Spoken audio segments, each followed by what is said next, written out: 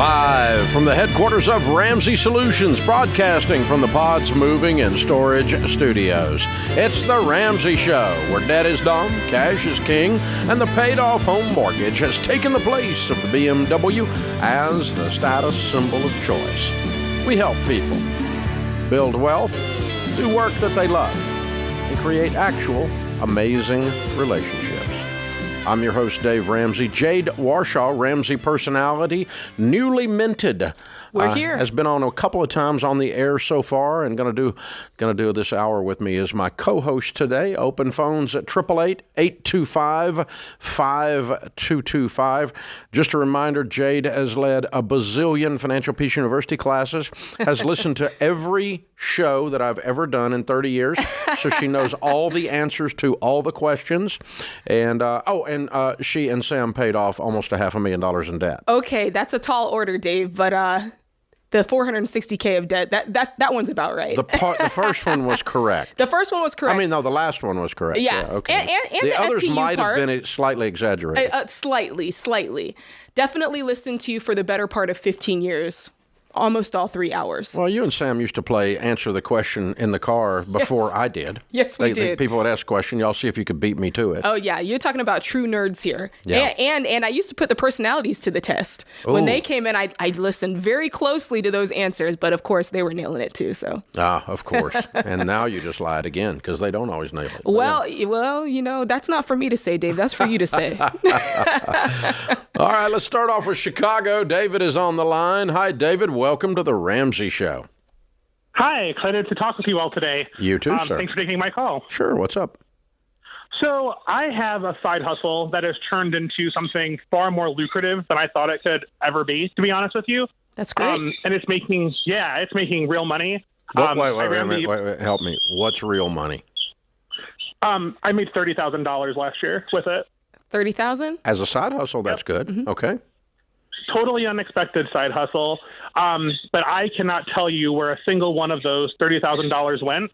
I looked at the reporting over the weekend and I almost threw up. So, yeah, my question is, like, how do I tame this side hustle? Because it's very hand to mouth, my own personal thing. No one watches it. I work and I get paid. I just want to be better with it and actually have some money to look at the end of the year. What are you doing, dude? So you might be able to hear it in the background, but I'm actually a bird sitter. I was going to say, it sounded like animals. Yeah.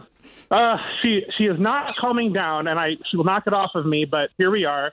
But no, I bird sit for about 100 different parrots in Chicago. Oh, and my goodness. I'm the number one guy on Google. If you search bird sitting Chicago, I'm the first guy that pops up. So 2023 could be a big year for me. And I, again, just want to make sure I'm not burning the cash as it comes in. Is it just you? You're the only one bird sitting? It is just me, yeah. So I have a certification. I've worked with parrots for over half my life, and I'm very, very good with them. Uh-huh. But yeah, it's just me and my Altima driving around taking care of the birds. Wow, very cool. Good for you, man. That's fun. Thank you. So the easiest way to get started on this is just treat it like a business, because it is. And I would just open up a separate checking account, Bird Sitters R Us or whatever it is, right? And just put your name on there, David so-and-so, DBA, doing business as Bird Sitters R Us. And you just do it in your Social Security number. You don't even need a tax ID number to do it. And then throw all of your bird sitting money into that account. And then you can just pull up the register on that account at any point, and you can tell what's going on. You can tell where the money is, right? And then if you pull it out of there to bring it home, quote, unquote, out of the business, you need to set aside a fourth of it for taxes, because as you have discovered, you have $7,500 in taxes due on this, don't you? Sure do, yep. And don't have any money. Well, that I was smart enough to do, to have it move. The processor that I use will save the taxes for you. So I have that set aside at least, so I'm not facing down Uncle Sam with a frown face. Good. I do have another kind of follow-up question. How do you find the discipline? Because I did that. I made a checking account, and I'm like, oh, I'm not going to look at the money. And then I'm like, oh, this thing. It just goes. My mom says I'm like a sieve with cash. Wait a minute. It goes out of the bird account? Yeah, I just spend it. What are some tips for discipline on that? Okay, you don't have a budget on your personal account, do you? I don't have a budget on anything. Yeah, I know. I could tell. It sounds like he needs to sit down and keep his money separate. You've got your personal money on one side. You've got your business money on a separate side. And David, it sounds like with your business, you really need to get organized and write down what your outgo is, what your expenses are, right? And how much money that you're bringing in to find out if you really can, and decide, can I take a payroll? If I can, it's going to be this amount and I'm going to do it, every month, and really just get organized. It sounds like that's really what you're lacking, because the business sounds like it's making money. It almost sounds like it's making so much money for you that you feel like you can be frivolous. And I think that that's a dangerous place to be. Lazy. Mm-hmm. What's your day job pay? So I make $70K a year. Okay, so you have $100,000 coming in. How old are you? 33. And you're broke. Yes. Okay, here's your why. You need to get disgusted with how stupid that is. Mm-hmm. Yes, it is so stupid. I know. Ridiculous. I mean, that's a good thing. I mean, it's like after COVID, I ate so many donuts that I got disgusted about how fat I got. So, because I ate every donut in a 50-mile. So you have to get disgusted and go, I'm going to change this crap. This is crazy. And, you got to have there's a healthy level of disgust that precedes human transformation. Like, I've had it. I'm sick and tired of being sick and tired. I don't like this feeling of being this inept. I don't like this taste of regret with $100,000 going through my fingers and I have no idea where it goes. That taste on my tongue is awful. It's like a bad fruitcake this time of year, right? And so I want to stop that. So now we've got you, and you called here, and so you already knew, right? You knew that. You told me what I just told you back. I didn't tell you anything new. I'm not. You called him stupid. No, I just said what he's doing is stupid. Okay. So here's the thing. Now you got a why. Because if you keep eating like you've been eating, you're going to keep looking like you've been looking. You keep spending like you've been spending, you're going to keep being broke like you've been broke. You got to change your habits. So we're going to sit down and do a personal budget on where the money's going to go. And then when we move money out of the Bird account into the personal account minus tax withholding, then we've got an assignment for it already preset in the personal budget. But the personal budget is just regret avoidance. It's just financial hangover avoidance. Like I drank too much and I feel like crap for 3 days, right? It's the same thing. You got this hangover, and it's the exact same thing. You've been partying, and you're tired of it. It's time. You just said, I'm going to grow up. Good for you. Well done. We're going to help you. Hang on. Send you a copy of the book, The Total Money Makeover, which will walk you through exactly what to do.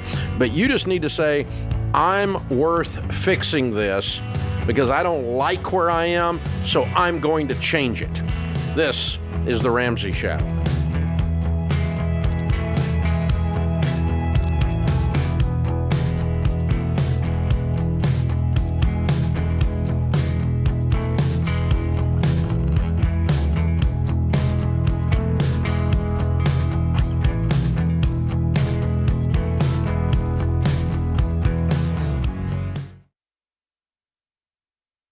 Look, I love real estate, and I want you to have a house, but I don't want a house to have you. That's why you need to get in touch with Churchill Mortgage to make sure you do this right. These guys are awesome. They'll help you get on a smarter mortgage plan because they're committed to doing what's right for you. That means they check in every year with free consultations to help you stay on the right plan. They show you how to save money and interest so you can build wealth faster. They walk you through the total cost of your loan so you can make the best choice. Basically, they care. That's why we call them Ramsey Trusted. You can achieve debt-free home ownership, and Churchill is here to help. Go to their site, churchillmortgage.com/Ramsey, to start your approval or get more information.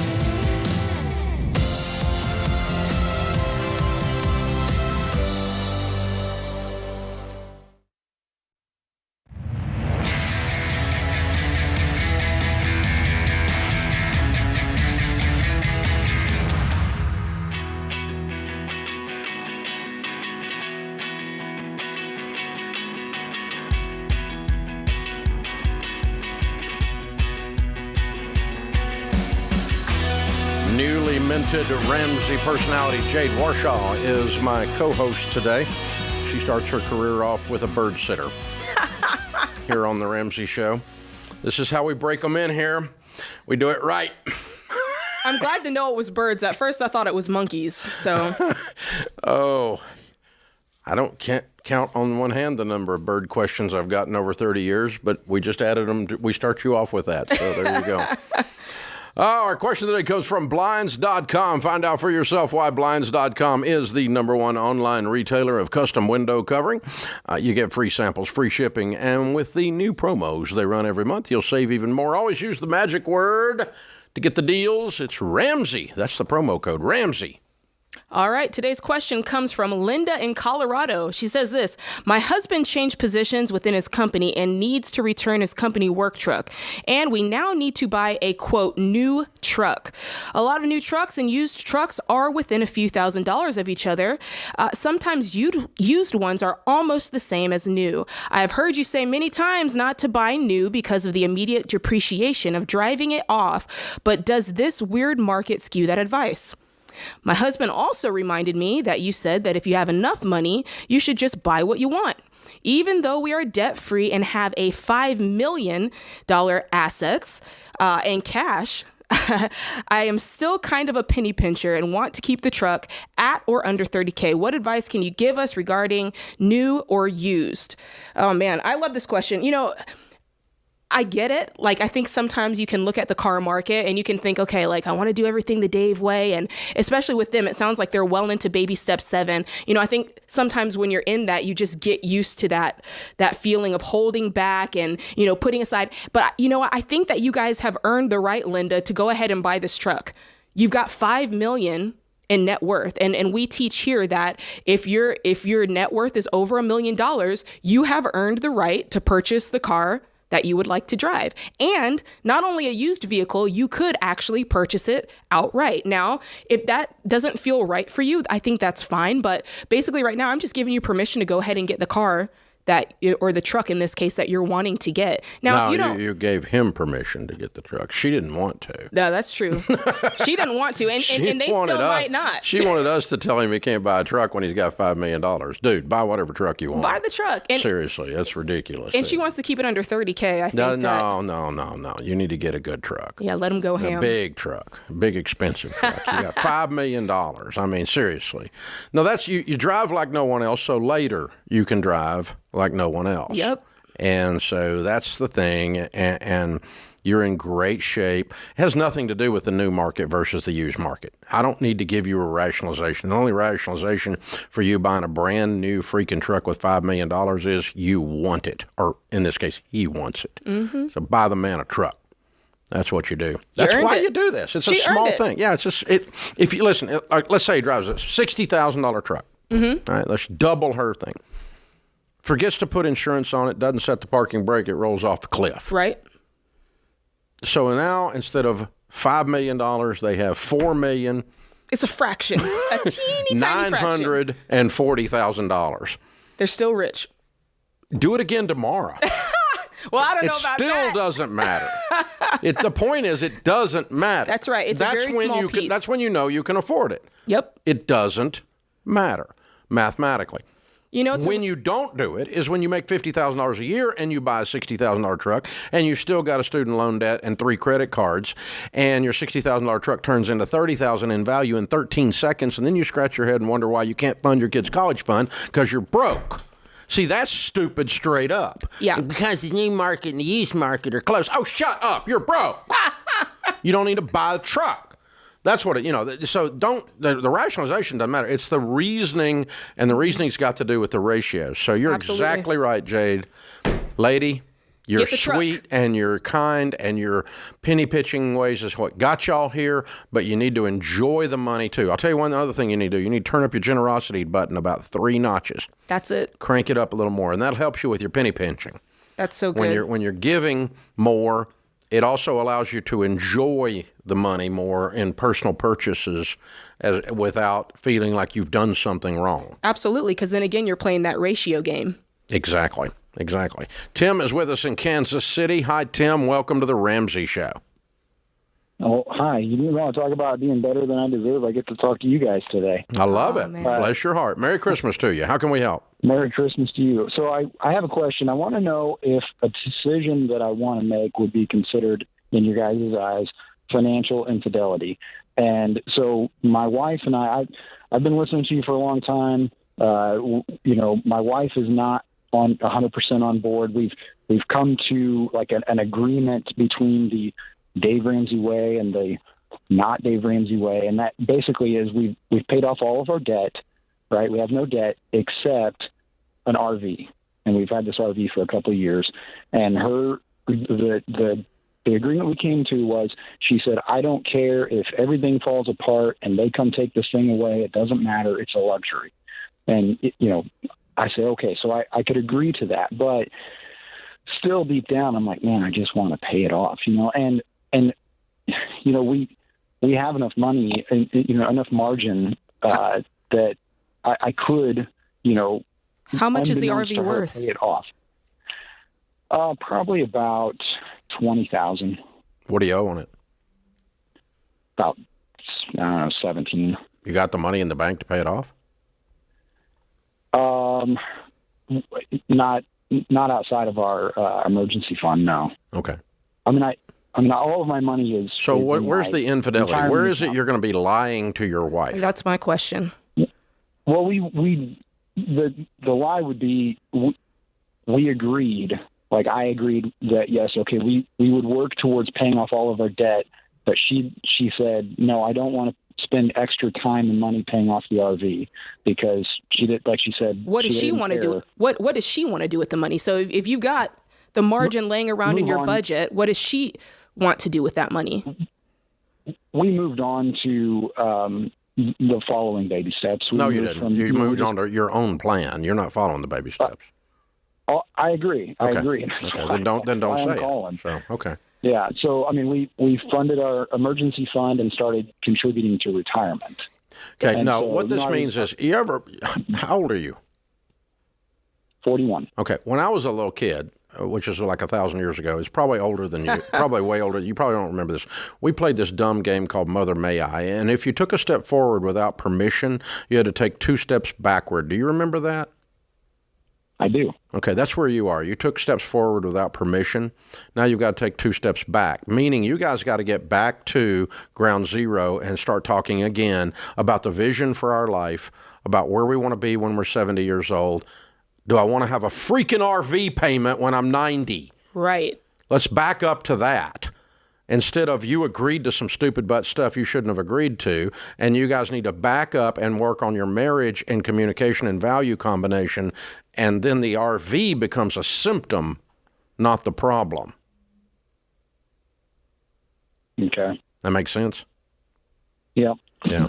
So my bottom line is this. You acquiesced, and I'm not suggesting you stir up trouble all the time in your marriage, but by acquiescing, you were under the illusion that you all were now in agreement, and you're still not in agreement. It's lucky that you guys got that debt paid off. That kind of happened by accident. Well, he did it. She agreed to that part of it. He agreed to that part of it. So we accomplished the one goal. But you're not in agreement about how money should be handled and life should be lived. That fooled them into thinking that they were on the same page, but you guys are nowhere near it. Yeah, you're still not, because you're calling us saying I don't want to do this. Exactly. I made a bad deal with my wife, and I got to go back and undo the deal because I didn't really believe what I did. And so that's what I'm saying. 2 steps back. Let's reset the vision for our marriage, and then the RV thing is a non-issue because it's honestly pretty stinking silly that you've got this debt on this RV. It really is. It's not just picking on you or her, but I mean, do you want to be 92 with an RV debt? No. Well, the RV debt's not the problem. It's the symptom. Exactly right. This is the Ramsey Show.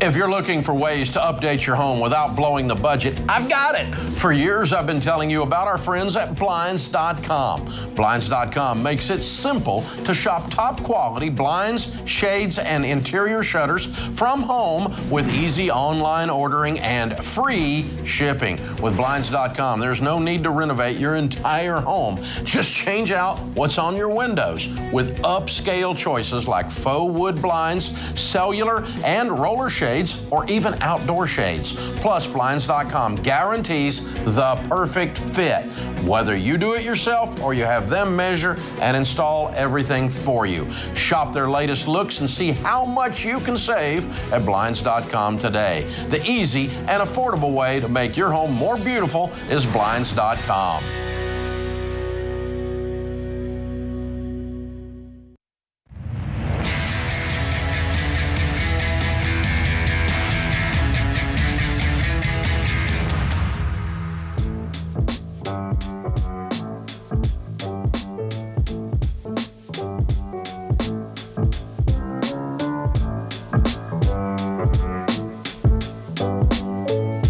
Merry Christmas, America. Welcome to the Ramsey Show.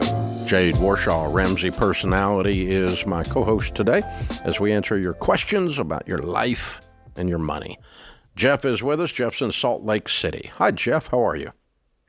Hey, how you guys doing? Jade, welcome to the show. Thanks a lot, Jeff. It's good to be glad here. to be with you. I just wanted to, before my question, just wanted to quickly say thanks, Dave, so much. 3 years ago, I was in $90,000 in student debt. And as of today, I am $0 in student debt. Woo! Way to go, hero. Well done. Just wanted to say, wouldn't have done it without you, man. I tuned into you during COVID. So my question is there a strategy to maxing out your Roth IRA? Should I do it January 1st and get it done with and put it all in, max it out for me and my wife at the beginning of the year? Or is there some strategy of taking more time throughout the year to max that out? Okay. Well, the industry teaches a wonderful process called dollar cost averaging. That if you, when you're steadily investing a little bit every month, like in your 401k, or if you set your IRA up to be on a monthly draw, then in January the market is down, you're buying cheap shares. Later on, you're buying more expensive shares as the market goes up, and it goes back down, you're buying cheap shares. So you get the average of your dollars across dollar cost averaging, and you get to see this wonderful mathematical thing happen that shows your money growing. And the other benefit of that is that it's not emotional at all, because you just plug it in and never change it. You always invest. Now, having said that, what beats dollar cost averaging is a lump sum investment at the beginning of the year. The downside of that is it's very emotional, because here's the rule. Here's the thing to think about. The market has averaged 11.8% since it started, okay? So let's say it averages. It did an average year. It made 11%. And you put in $8,000 at the beginning of the year in January. So you make 8% on 11. Now you make 11% on $8,000 for 12 whole months, right? Right. Follow me?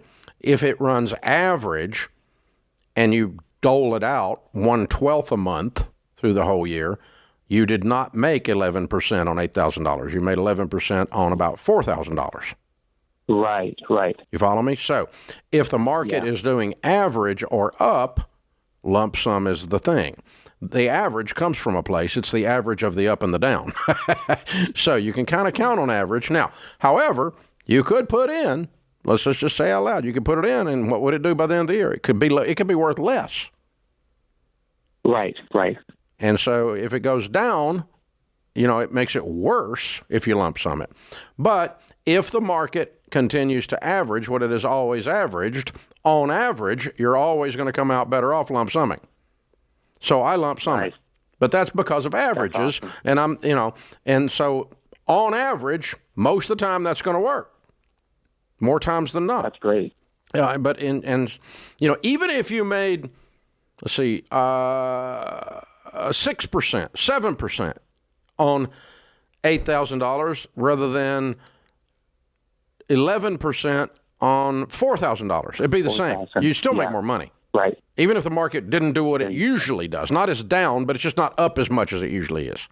So that's why it works out. That's so awesome. as long as you can emotionally afford to open up your computer screen and go, oh, crap, it went down, and you don't freak out, right?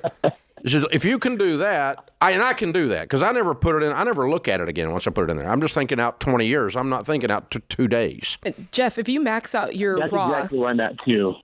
if you max out your Roth, is that your full 15%? Or what does that put you at percentage-wise? Close to it. Close to it. Yeah, I think I have a little bit more after that if I do it for me and my wife. Okay.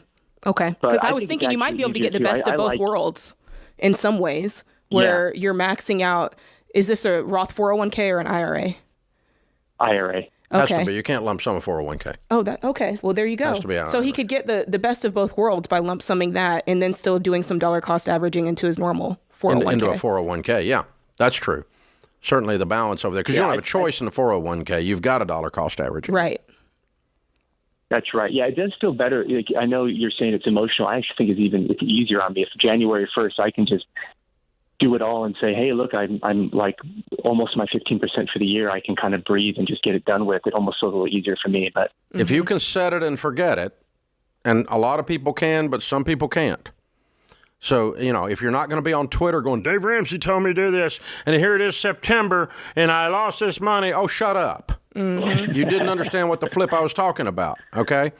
No, I gotcha. If you're not that guy, then we're okay. But, the most horrible advice I've ever heard in my life, the guy who has told more people how to be millionaires than anybody else. I listened to him for 20 seconds. And no, as long as you're not that idiot, and you're not, Jeff. No, he's not an idiot. He's going to be a baby steps millionaire here in a minute.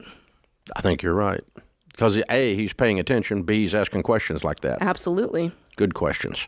Josh is with us. Josh is in Louisville, Kentucky. Hi, Josh. How are you? Thanks for having me on. Sure. What's up? So, wanting to eliminate credit card debt by the end of 2023, but I'm the main income of my household, and my wife kind of has a hobby that she does as a side, but that's not enough to really tackle and eliminate the credit card debt. So I'm wondering, is it time to give up the hobby and pursue get her to get a quote unquote real job? What's y'all's income at this point combined? Combined, we're looking at approximately 60,000. 53 from me, and then 7 from her. You said 63 from you and 7 from her, so 70? No, 53 from me, 53. and then 7. Okay, 70. Yeah. 60K total. And you said it's credit card debt. Is that all the debt you have in the world besides the mortgage? Is it just the credit cards, or is that just what you feel like you're focusing on right now? It's credit card. Okay, and how much? 14,000. And you guys are working the baby steps in order? Have you guys? Yeah, we've tried, the envelope and then do the budget, all the spreadsheets. And we've tried, the different methods. Mm-hmm. And, it's easy to stick for, a short period of time. But then, you get off course, and then, yes. You earning more money is not going to make you stay the course. And I think it's great to earn more money. I'm never opposed to that, Dave. But you sticking to your budget and you guys deciding that this is the plan, we're working the plan, that's got nothing to do with you earning money. You sticking to your budget doesn't have anything to do with you earning more money or not. That's you just deciding that, you and your wife getting together, deciding and saying, this is what we're doing, and we're pinky swearing on this, and we are trusting each other that this is the plan, and we're keeping our word on that. Yeah. That's thing one. What do you do? I work in finance. How old are you? 31. So you're working 40 hours? Yes, sir. Okay. And what's her hobby that you're calling a hobby? She works, but she just doesn't make any money at it. So she's got a side hustle that's breaking even. She's an artist. And what type of artist? She paints and designs jewelry, so she's an acrylic artist. I see. Okay. And she puts, y'all have children? Yes, we have one child who's 5. Okay. And how much time does she put into acrylic art to make $7,000 a year? the holiday season is the busiest time, and so she's putting in. Sometimes it's the rest 12, of the year, though. After the holiday season's over, she's not putting in 3 hours, 4 hours a week on it. Oh no, total during the down seasons. I mean, it's probably total per week. 12 to 20. Yeah. So no, it's 12. It's not 20. Otherwise, you'd have a house full of this crap because it wasn't selling, or you're selling it for a penny a piece. So no. So yeah, I think she keeps her hobby and she picks up a side hustle, and you pick up a side hustle, and the two of you commit to doing a budget, and then you pay off this debt in a year. Why don't you work twice as hard as her? That'd be okay. This is the Ramsey Show.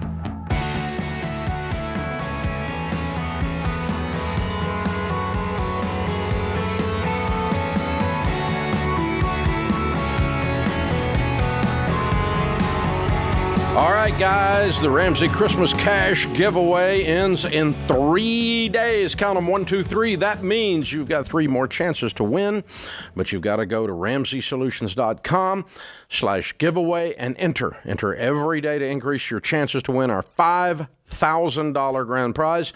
Of course, no purchase necessary, and you must be 18 to win.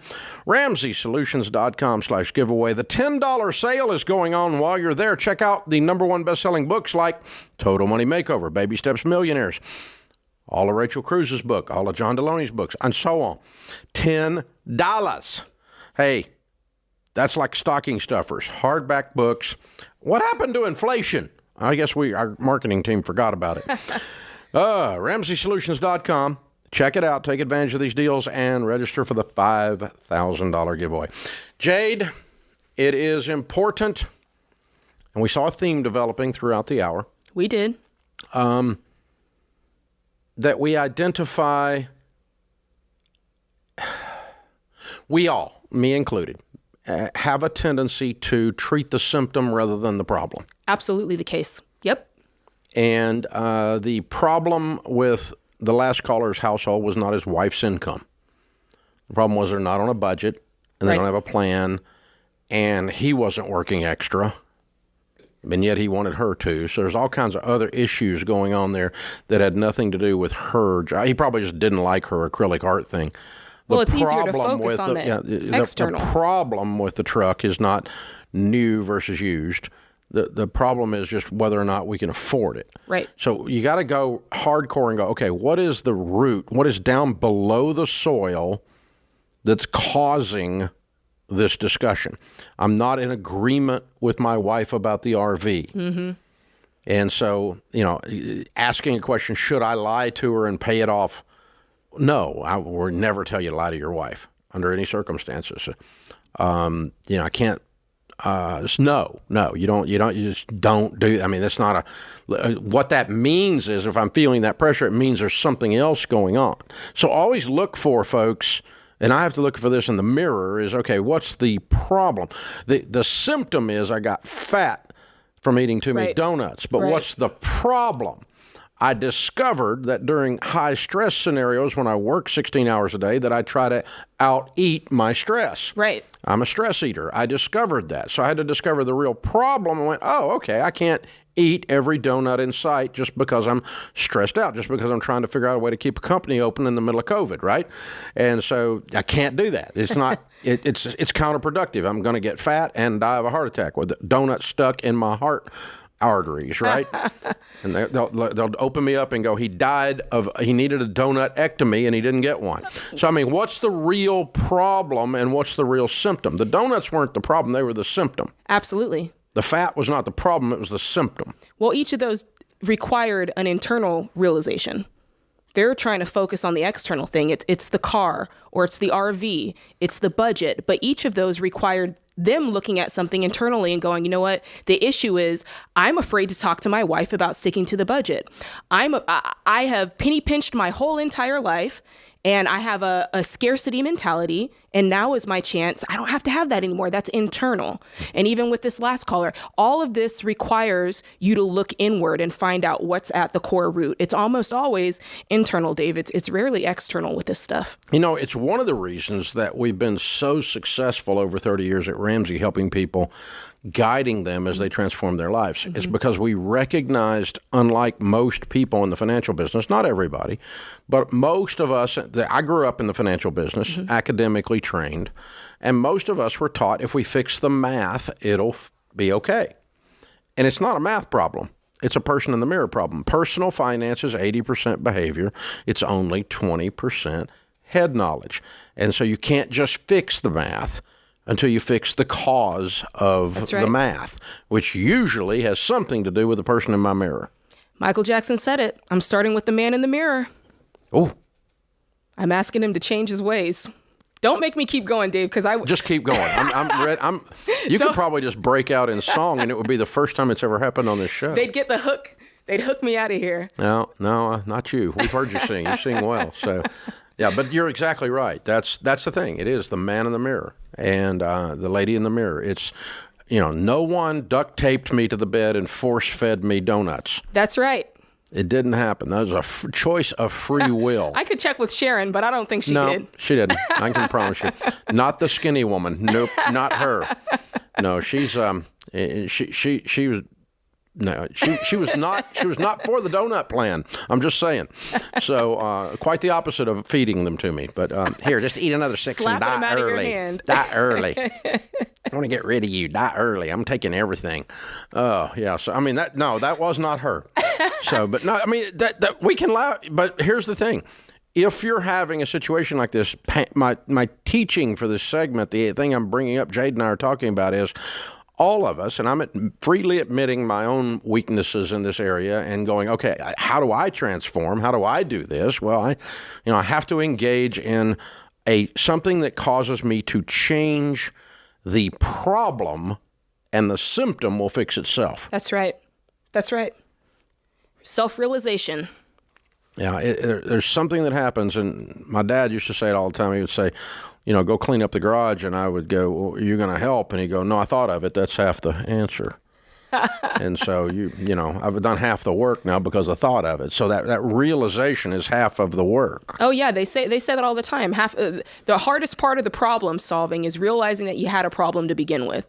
And once you can take full ownership over that, and I mean full ownership, because a lot of times you can say you have a problem, but you can start blaming others. I know when Sam and I were getting out of debt, Dave, and I know I'm pivoting here. When Sam and I were getting out of debt, we knew we had a problem, but we were still blaming other people. Yeah. We were blaming the schools and everything else. Everybody but Parakeet guy at the first call was blaming the spouse. He sure was. This whole hour. Yeah, they sure were. I mean, he didn't blame the birds. He didn't blame the birds. He blamed himself, nobody else. But, I mean, she blamed him for the pickup. Yep. He blamed her for the RV. He blamed her for not wanting to take the extra job. It's always somebody else. I didn't catch that pattern. That's a good catch. Yeah. They're as long as you look, Dave, I've heard this. My pastor used to say this all the time. You cannot blame your way to a better life.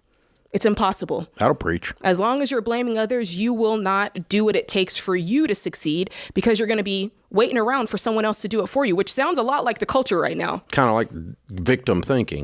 Victim mentality. It's this idea of arrogance, like someone else did this to me. Well, yeah. And I'm sure it's Dunkin' Donuts and Krispy Kreme's fault. Well, the marketing's pretty strong. They made those dadgum donuts delicious. It's all their fault, and they're not nutritious, and they didn't put the calories on the label big enough. Oh, no. A warning from the Surgeon Donut General. It has nothing to do with you getting in your car and turning the key and spending your money and putting them in your gullet. My gullet.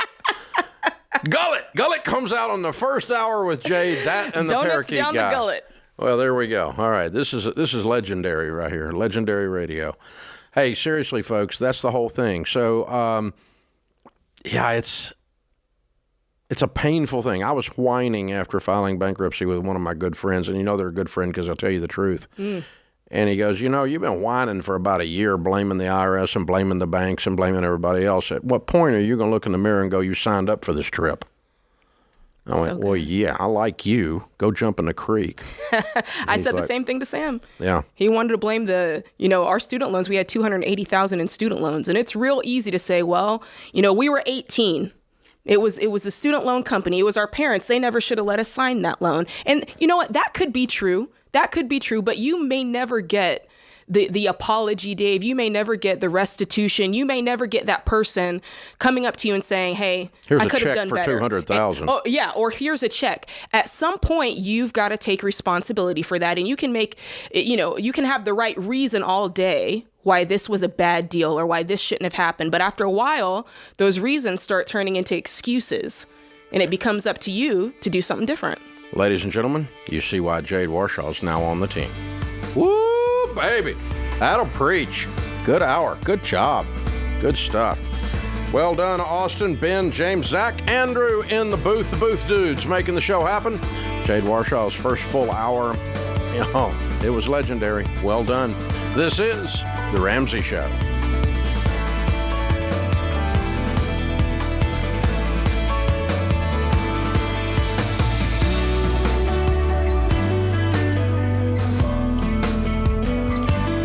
Dave here. You can find all of our shows with the Ramsey Network app on your smartphone. It's the only place to listen to the entire back catalog of episodes.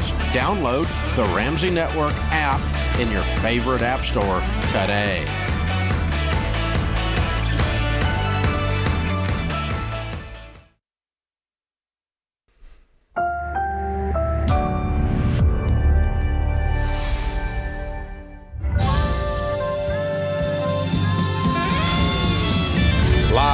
From the headquarters of Ramsey Solutions, broadcasting from the Pods Moving and Storage Studios. It's the Ramsey Show, where debt is dumb, cash is king, and the paid-off home mortgage has taken the place of the BMW as the status symbol of choice. We help people build wealth, do work that they actually love, and create real, amazing relationships.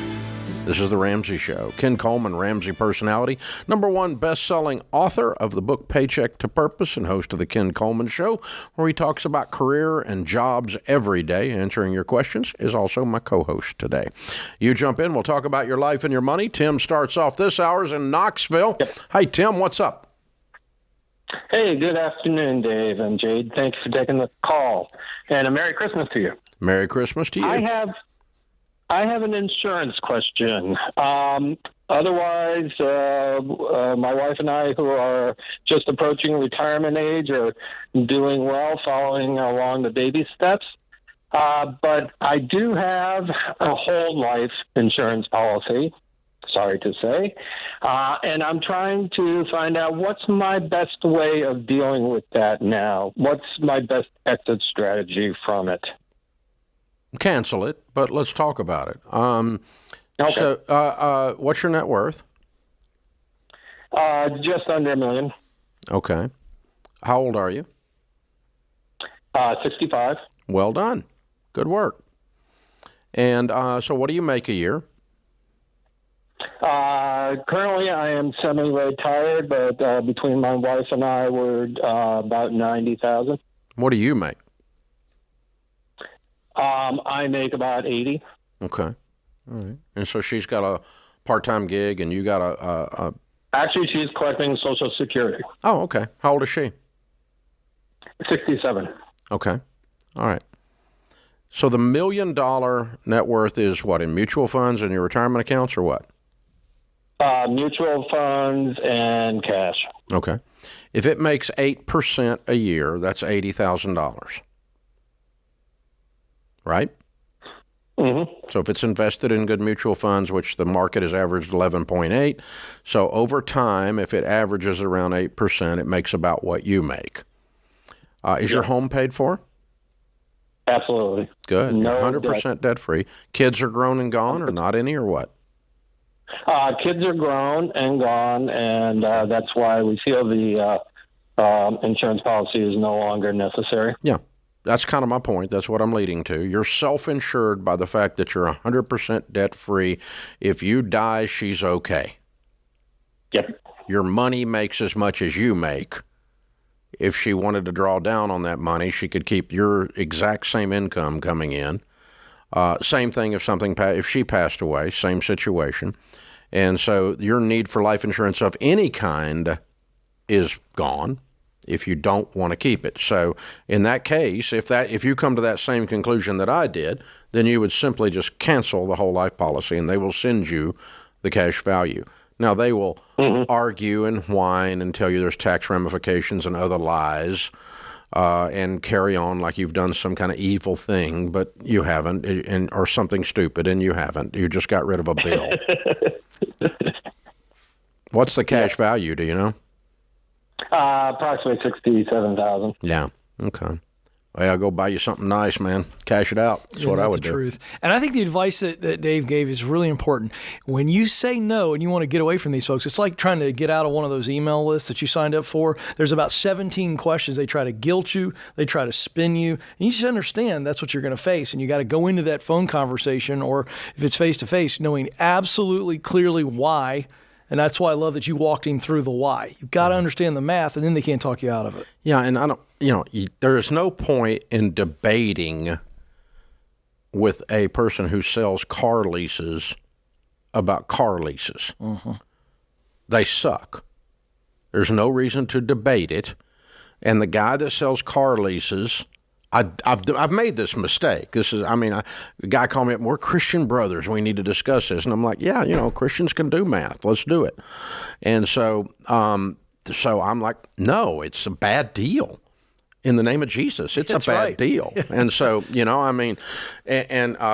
but so what we ended up was, I finally figured out in the conversation, I had something I was talking about that I believe, and it's his job.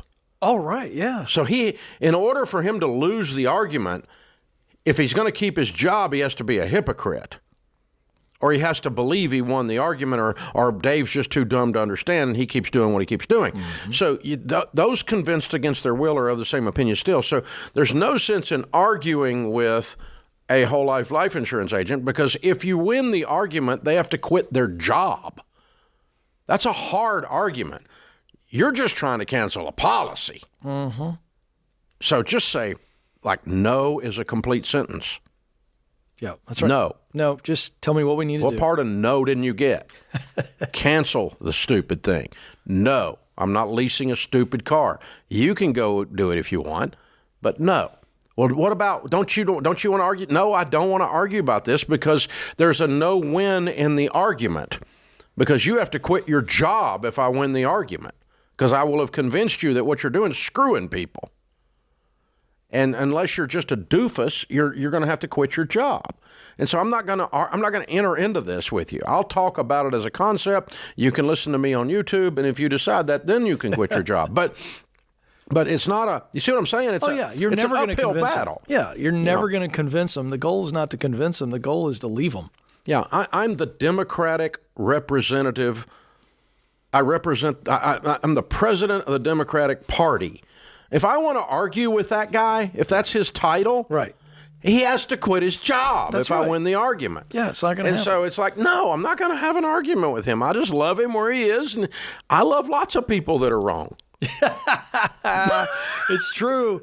It's true. And by the way, the same thing with that whole friendship and we can be friendly and classy and Christian brothers, whatever you want to leverage, and still disagree. Yeah. And to your point, it's just, I'm getting out of this. But I quit having these Christian discussions. I had several of them. Yeah. In the early days of the radio, they'd call me up and go, we're brothers in Christ. We need to have unity. We need to be in agreement on this. And I'm just disagreeable to stupid. Right. And I've never debated anybody on any political, social, theological issue where I got done with my points and they went, oh, Ken, you're amazingly right.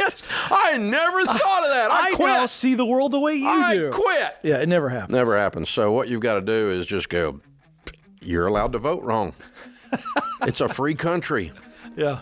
And several of you do, apparently, and it's you're allowed to sell whole life. You're allowed to And I still love you. I'm not mad at you. Yeah. But I mean, and there's probably some stuff I'm wrong, but I just hadn't figured it out yet. Wait till I get home, Sharon will tell me. You're blissfully unaware. There we go. This is the Ramsey Show.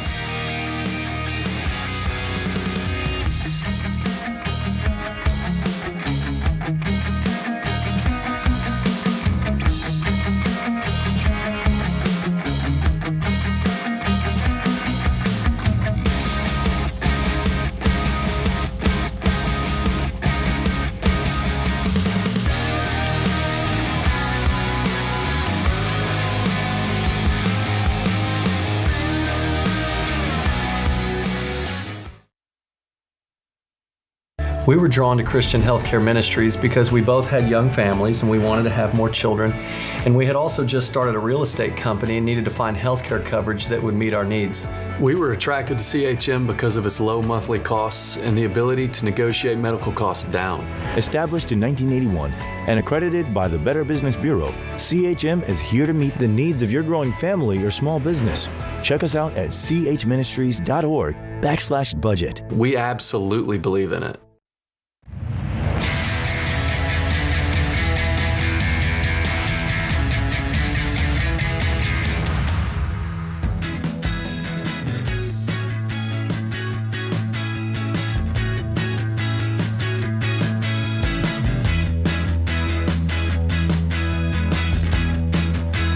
Ken Coleman, Ramsey personality, #1 best-selling author of the book Paycheck to Purpose, is my co-host today.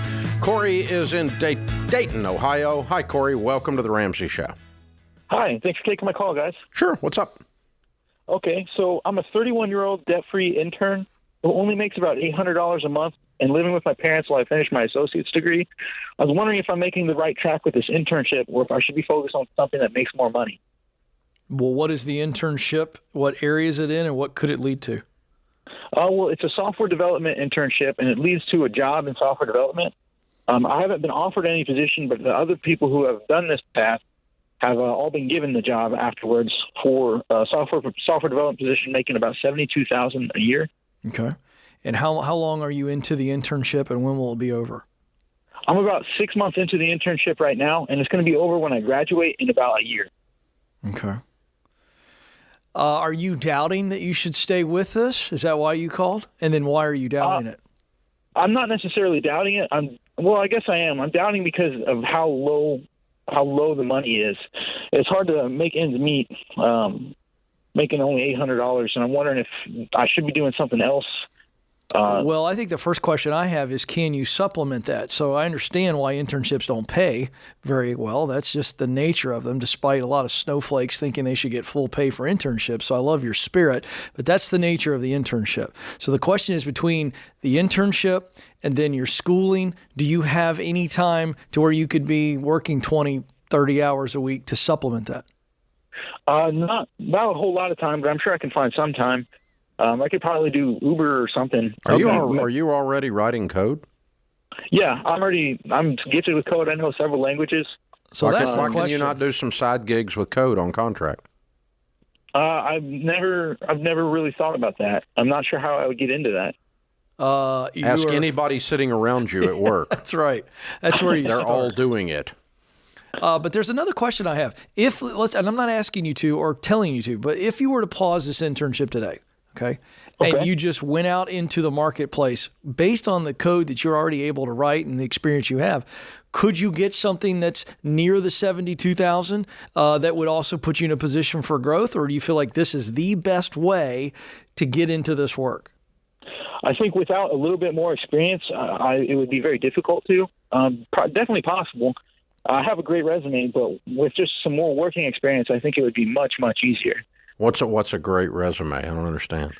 I have good credentials. On coding? No, I just mean for a job. Oh, in general, like you show up and you bathe and stuff.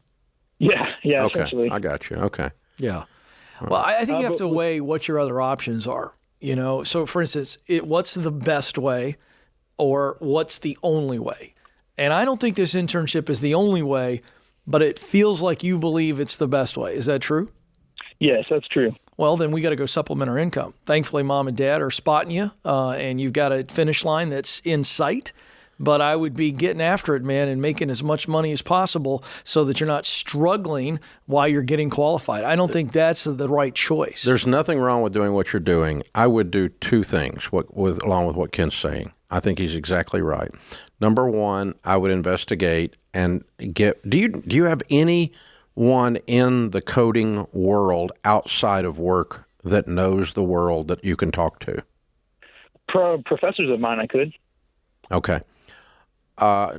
Maybe that might give you an answer. I'd rather talk to a practitioner, somebody who's actually my brother coding. is a software developer. Oh, there we go. All right, let's call brother and ask him how some of the guys do freelance work, how you put yourself out there for contract on freelance work, and would you be considered maybe a Dev 1, which is an entry-level software engineer, okay? Okay. And we've got, 150 Dev 1s in the building here, so I know them well. Yeah, I know your project. Every dollar. I wish I worked on something like that. Well, maybe someday we'll get you over here. We always need help. But anyway, the thing is, if you can qualify in your current skill set as a Dev 1, you're worth more than $70,000 today. Mm-hmm. Wow. Okay. Or if you're not quite qualified, but you can write some basic entry-level code, maybe join a small team of freelancers that are doing stuff at night on the side, and you can help them by providing some of the grunt work and as just a good side job. Okay, that's a minimum. We need to do that as a minimum. But what I want you to figure out is how marketable are you already? And if you discover I'm not, no one will hire me as a coder at this stage. I'm not good enough yet. Then you stick the intern thing out for sure. Okay?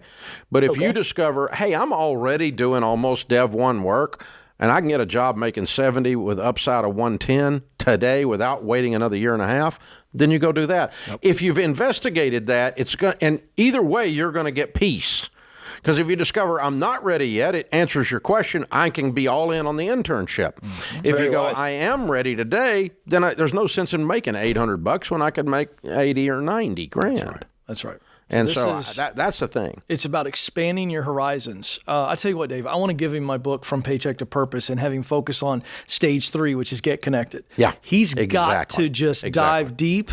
There are 7 stages. You're already clear. You're qualified. I think you need to get connected to see what's left for you. You know, if you were to contact or be in touch with people like our senior dev guys in the building, they could tell you in 30 minutes if the level of code you're writing is marketable, or shut up and stay an intern until you get this crap figured out, right? And that's all you want to know. That's all I want to know if I'm you. Tell me to shut up and I'll put my nose down. I'll do it. That's right. Or tell me you're done. Man, you can get out there and get moving. Let's get out there and get swinging then. That's it. And I have a formula for feedback, Dave, that if anybody this applies to you, I would get 3 to 5 of these conversations that Dave's been talking about. 3 to 5 and professors are my last choice because they're not doing it. That's right. 3 to 5 practitioners, okay? And that's what we want to do so we can get a wide variety of input and go, what are the averages? What are the consistencies? Don't just go to one person and get one person's opinion. That's not enough. Yeah. Dev 1s are entering the market. It's above 70. So if you're playing right around there, you should be fine. Yep. And, but you may not be yet, and that's okay. Then you need to stick with the internship and push it on through. But it sounds like that you've got your path. It's just a matter of whether you need to use this exact methodology to stay on that path. That's right. Yeah. He knows where he wants to go. Now it's just what's the best way to climb it. Anthony is in California. Hi, Anthony. Welcome to the Ramsey Show. Hello. Hey, what's up?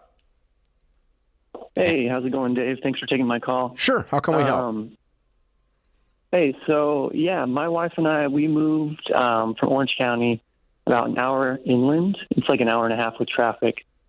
And we bought a house, and we're kind of in a point where we want to move back because, the commute's it's kind of killing me. I don't really get to see my family too often. And then also the area we were in, we had family there, or we have family there, but it's just we're realizing why we lived in Orange County in the first place. So, did you realize that you couldn't afford it? Yeah, that's part of the reason why we bought, an hour inland. Yeah, because you can't afford to buy in Orange County. What do you make? I mean, What's who your can? household income? So, I mean, base is 75, and, usually I kind of make somewhere between 90 and a little bit more, depending on the year. Okay. And how old are you?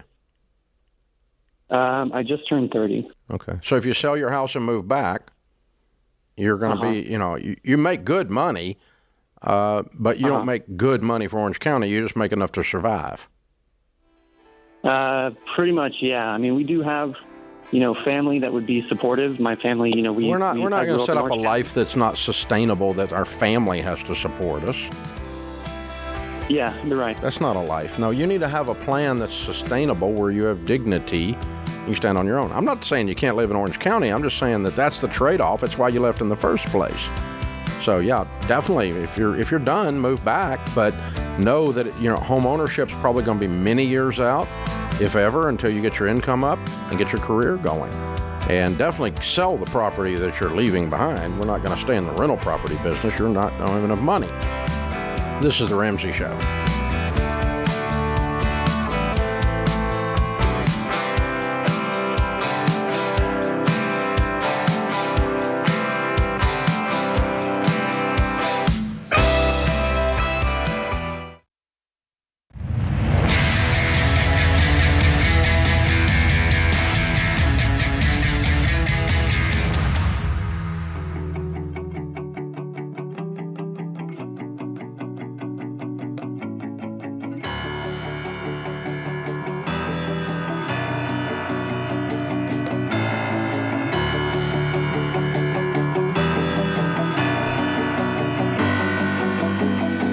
Ken Coleman, Ramsey Personality, is my co-host today in the lobby of Ramsey Solutions on the debt-free stage. James and Becky are with us. Hey, guys, how are you? Hi, Dave. Hey there.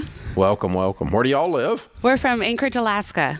Oh, little trip to Nashville. Just a short jaunt. Whoa, wow.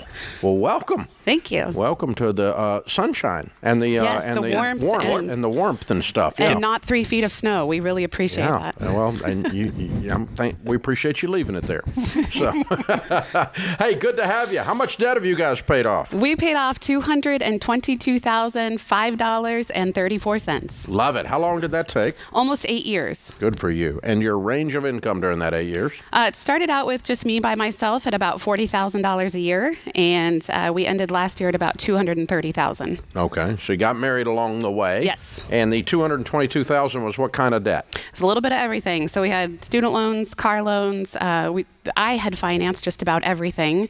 So it was a little bit of everything. We were just normal. Yeah. Okay. All right. And so you started this process 8 years ago by yourself. I did. Yes. How did you run into the Ramsey stuff? Kind of on accident. So this little guy that I have with me was 6 weeks old, and I became a single mom. And my ex-husband got arrested and sentenced to a long prison term, and I got shouldered with all of our joint debt in the divorce process. And so it was a really terrifying time, and I treaded water for about 4 years until a friend at church said, "Have you ever heard of Dave Ramsey?" And I don't think she knew the monster she was creating. But I went to FPU. I actually went to FPU 7 times, and I just kept going back. And I kept going back because I needed to be in community as a single mom.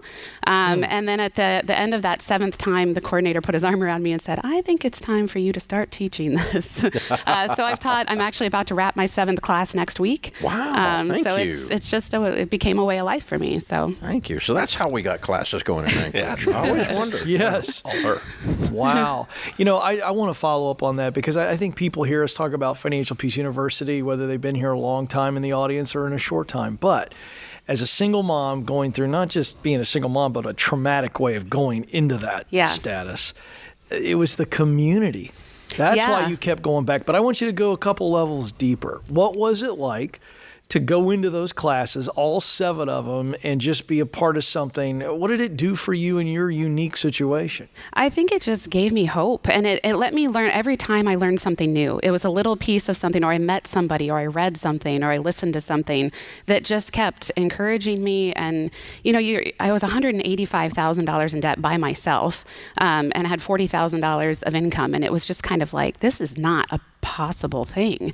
This is insurmountable is what it felt like. And I had this little tiny guy to take care of all by myself with no child support. So it was just kind of this, it was a massive fear, but it was the one place I could go that I was like, these people get me, and we have these like-minded dreams and goals and aspirations, and they really helped to kind of push me to just keep going, even though it felt like it was going to take forever. How many times were there where you felt like quitting and you went to a class and it changed everything? A whole bunch. And in fact, there were times when I would take little hiatuses and I'd have people pop in and say, hey, how's it going? How have you been? Where are you at? How are things? And, I started coordinating when I was still in baby step 2 and I was still a single mom. And I just felt like if there was one person who could get it, it was worth it.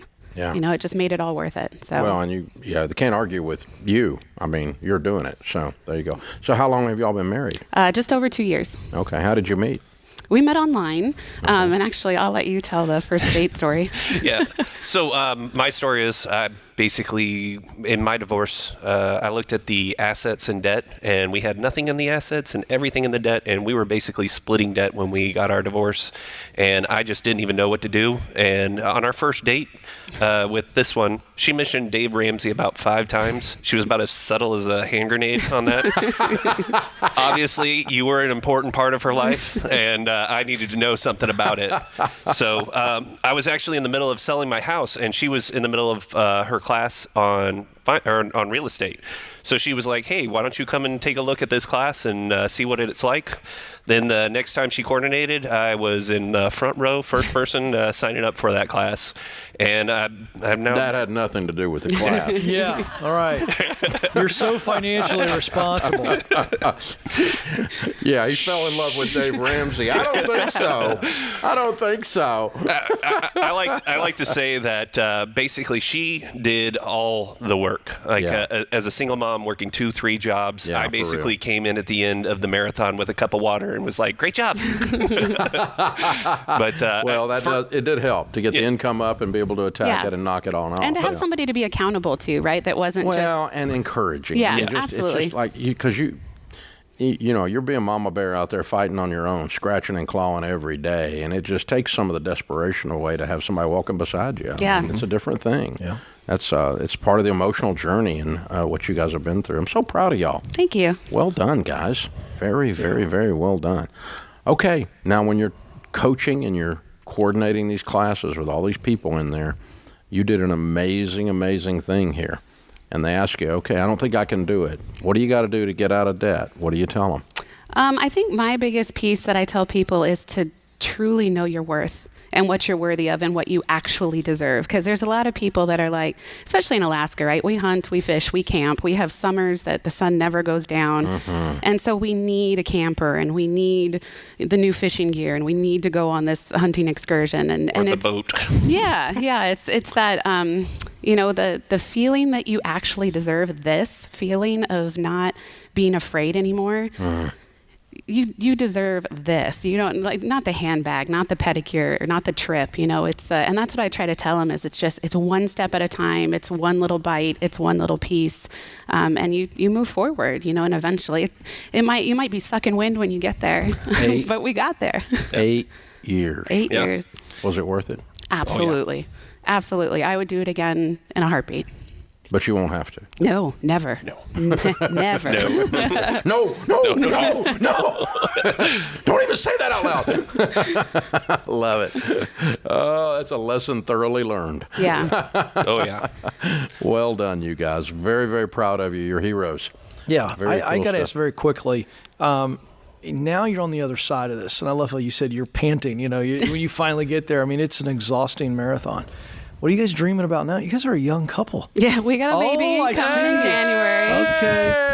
So we're starting over. That's part of that Perfect story. timing. Yeah, so very cool. we're growing our family, and then we're looking at doing some traveling. And James works remotely, and so he'll be able to be home a little bit more instead of us taking those 500-mile away jobs and things like that. So let's bring your guy up. What is his name and age? His name is Logan, and he just turned 12. All right, Logan. Well done. Good stuff. Oh, that's good sweet. stuff. All right, we've got a copy of the Live and Give bundle for you guys. It has in it the Total Money Makeover. It has the Baby Steps Millionaires in it and a 1-year membership to Financial Peace University. I'm sure you're giving that away. Yes. And you enjoy as much of it as you want. Give away the rest of it. It's all good. It's here for you to do both. So very proud of you guys. Thank you. Very, very well done. James, Becky, and Logan, Anchorage, Alaska, $222,000 paid off in 8 years, making $45,000 to $230,000. The majority of that she did as a single mom. So any of you out there that think it can't be done, she just mic dropped on you. There you go. So count it down, guys. Let's hear a debt-free scream. Ready? 3, 2, 1. We're debt-free!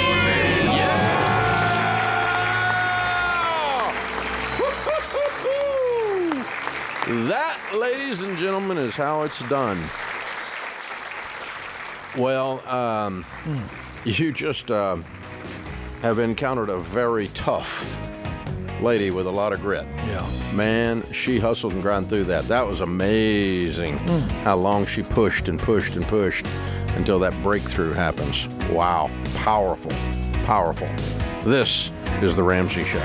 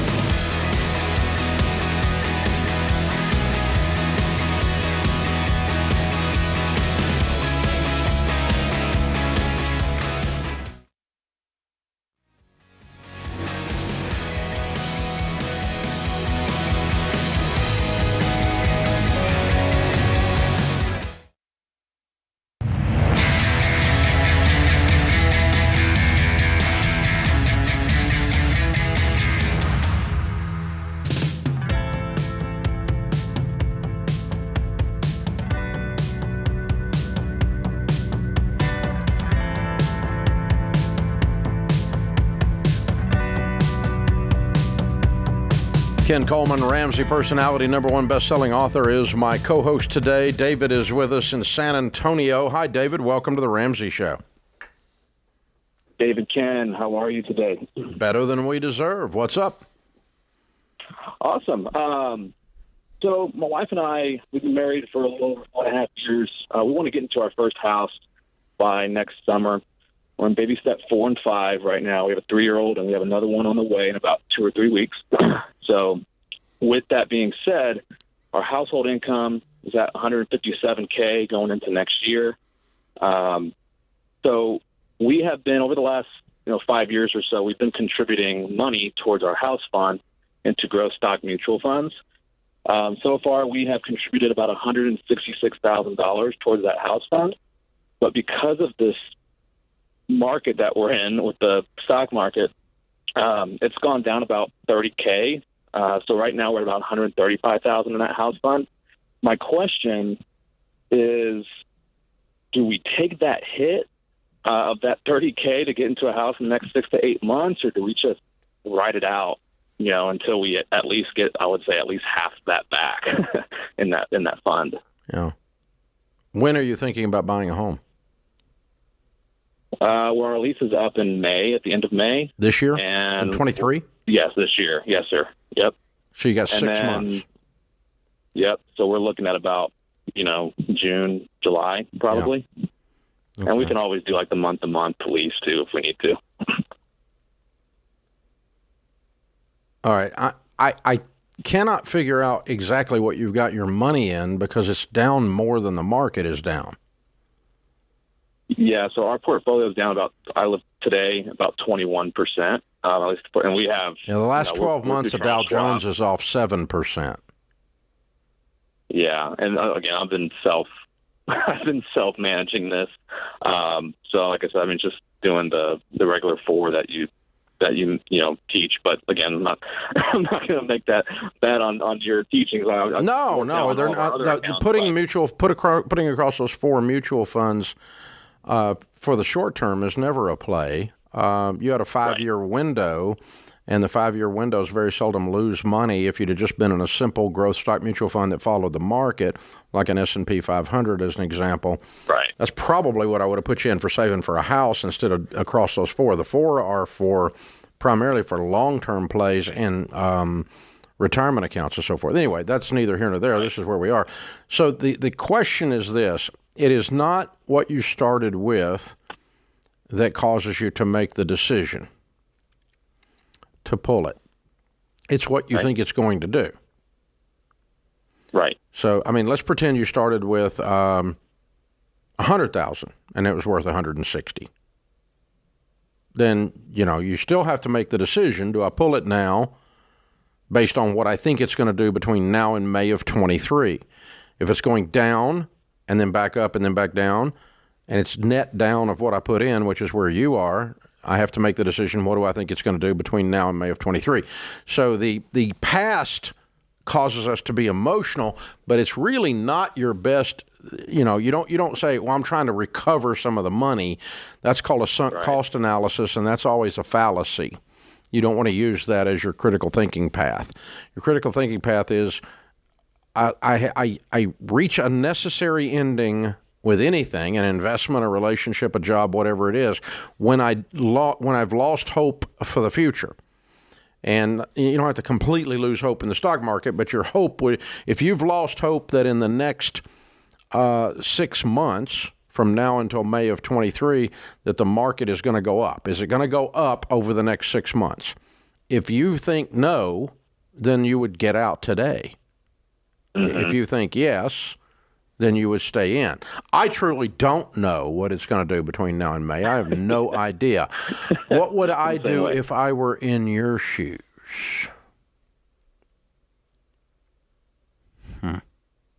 I would, I'm pretty risk averse. I don't like risk. The things I buy and invest in are very conservative, generally speaking. So I'm couching my answer in that. I'm probably going to split the difference. I'm probably going to pull half of it and let the rest of it ride until May, and let's see if I can make some back on that. But that way, I've limited the whole stinking thing's not going to go down another $30,000 on me, right? Yeah, no way. And no way. Yeah, and so, hope not. but I have no idea. I mean, we've got so many things affecting this economy now in the short term that are negative. Interest rates, the Fed is doing its best to push us into a recession, to slow interest rate growth. They've stated that. And so what does that do to the stock market? Not necessarily anything, except if profits go down because consumer activities go down, like buying crap, then you're going to see the market drop more. So I don't know. Because we're being so poorly led right now on the economic front that the variables that government does control are screwing up everything. Right. I'm being pretty negative. So what would I would pull half of it. I'd pull half of it and I'd ride with the other half. Interesting. All right. Yeah. I like that. Over the last couple of months or so, we've decided to not put the money into the mutual funds and just start saving cash. I would add no more. Yeah. I would add no more. Right, exactly. And so this kind of clears things out. It's something we've been fighting with the last couple months now, or so. Let me say really, really loudly, because people I always get misquoted and misconstrued and everything. But let's say really, really, really loudly, I am not saying that you should pull your money out of mutual funds if you're in a long-term investment situation. You're not in a long-term investment situation. You're in a short-term. But 100% of my 401k money is in mutual funds, the 4 types you're talking about, and 100% of it is staying there. I'm not moving a dime out of the market for the long term. I have not lost hope in the market in the long term. No. I just don't know what the flip is going to happen with these idiots in Washington between now and May. They could screw up Christmas. They've still got 2 weeks to do it. But Yeah, I mean, it's just, you know what I'm saying? It's just awful. I do. I'm somewhat optimistic, and with the caveat that nobody can predict what the market's going to do. However, I'm always half full. I think you're going to see a lot of companies already doing it. You're seeing a lot of major public companies do layoffs to get control of their balance sheet. We went on a rant about this last week. Well, to make more profit. So I do think you're going to see the stock market. I think it's going to be pretty good first and second quarter. I think things are going to stabilize there because I do think the inflation situation, and even though the Fed's going to keep bumping the rates, the job market's very strong. I don't see that being affected. So I think it's going to shake out. Yeah, the real estate market has slowed down, but it needed to. It had to. It was overheated. That's right. It's not diving or anything like that. It's doing about what we told you it was going to do. It's going to go up 5 to 7% in 23. And would you say the fundamentals are ripe for a nice rebound because inventory is still low? I don't think there's going to be a rebound because everybody's got their lips stuck out and is whining about interest rates. And a lot of people think psychologically that the market is actually worse than it really is. Right. So, no, I've got a property on the market that I'm liquidating, and they came in with less than a full price offer the other day, and I told them I'll wait. How long before you think the American house shopper psyche adjusts to this new interest rate reality? Well, I mean, let's face it, we're all drama queens. So we overplay the up and we overplay the down. You know, it's like, woohoo, it's awesome! It's not nearly as awesome as you're acting like. Right. Or, oh, God, the world's coming to an end! Not as much as you say. I mean, they overplay it. Right. And so and part of that is they watch the news too much and believe what's on the news. That's correct. And, if you're getting your information from people in the bathtubs at the break or walk-in bathtubs, you know you got crazy information, all right? So it's just like... I call that headline hysteria. Yeah, exactly. And I think that affects it more than it really is. So the market has slowed down. We told you it was going to slow down. We needed to slow down the real estate market. So I don't know what the stock market's going to do between now and May. I really don't. But long term, I'm 100% have not changed an ounce of that. Do not tell people I said to pull your money out of the market because it's going down. I did not say that. I was talking about May. God, I hate having to be so overly clear. This is The Ramsey Show. Hey folks, Ken Coleman here. Did you know The Ramsey Show is one of the most popular podcasts in the world? Get your daily dose of advice on life and money. Check out all of our shows from The Ramsey Network wherever you listen to podcasts.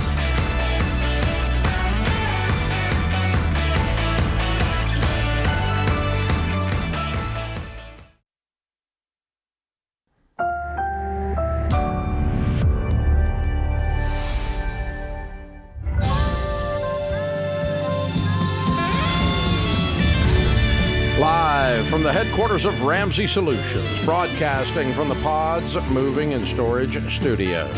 It's The Ramsey Show, where debt is dumb, cash is king, and the paid-off home mortgage has taken the place of the BMW as the status symbol of choice.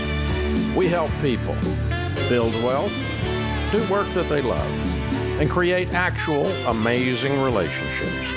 Ken Coleman, Ramsey personality, #1 best-selling author, is my co-host today as we answer your questions about your life and your money. Thank you for joining us.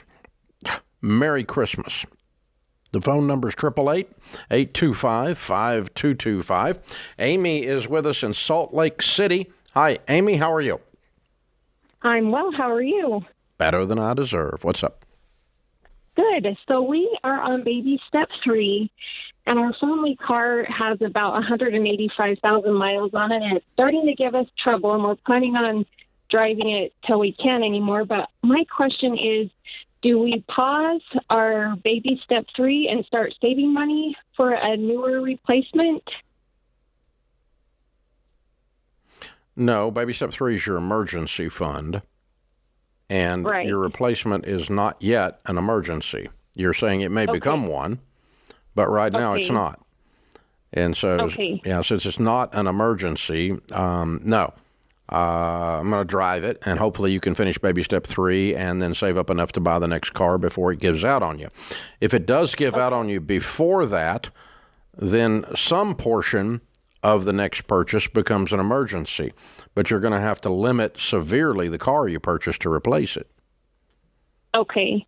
And if it does like stop working before we finish baby step 3, what's a good price for a car to pay while we're still in baby step 3 if that happens? Well, the minimum possible, because transportation is the emergency. Upgraded transportation is not the emergency. Okay. So Perfect. basic, Thank you. basic transportation. I'm looking just for some old beater that I can drive around. Here's the thing. You probably can patch the car that you've got and make it through this, even if it lays down a little bit. I don't think it's going to suddenly just completely, the wheels fall off the thing. It'll probably be a nickel and dime and drive you crazy for a little while. And I'd rather you do that and buy the proper car that's going to be a car you keep for a little while than, buy a $2,000 car and then later on have to buy an $8,000 car. Okay. What's your household Perfect. income? Thank you. 138. Okay, you're going to get there so fast it doesn't matter. Yeah. That's the point. And so, get there as fast as you can. And that reminds me, I think this is a good insight for folks. I remember years ago, Stacy and I were paying off debt. We were living in Atlanta, and we had the 3 little ones, and we had an older Suburban. It was great. Thing ran forever, and the transmission was starting to go on it. So we went and took it in, and it was going to be about $5,000 to replace the transmission.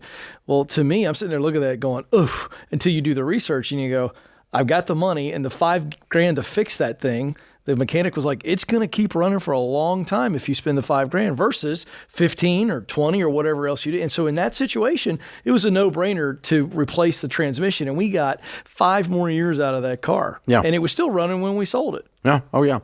Here's the thing. I would estimate, and I'm making this up, but I'm not far off, that less than 5% of the time do repairs make selling the car a better situation. You're almost always mathematically better off to fix it. Yeah. And keep driving it. I agree with that. Fix it and keep driving it. The thing that happens, though, is twofold. One is you start to have just this downtime, and the hassle factor starts to be just a complete pain in the butt. But mathematically, not emotionally, not I'm worried about my wife ending up on the side of the road at 10 o'clock at night, okay? Not that kind of thing. But just the math of the repairs versus what I would spend to replace the car, it almost never makes sense to upgrade in car. But it does make sense, not mathematical sense, to move up in car because you get rid of hassle factor, you increase convenience and reliability and things that are not math, but that are quality of life. Yeah. And you do move up in car later. Oh, yeah. And I'm telling you, I was reading something the other day. It depends on the make and model, and I'm not going to get into this now, but I mean, it is very normal now for a car to go into the 250, 300,000 miles. I mean, I see old, Land Cruisers, which I'm into that kind of older stuff, but these cars have 250, 300,000 miles on them, and they keep running forever if you take care of them. Oh, there's a lot of models that'll get 300,000-400,000 if they're taken care of. But again, it just reaches the point that the technology, parts replacement, finding somebody to work on them, and they will, they're going to leave you.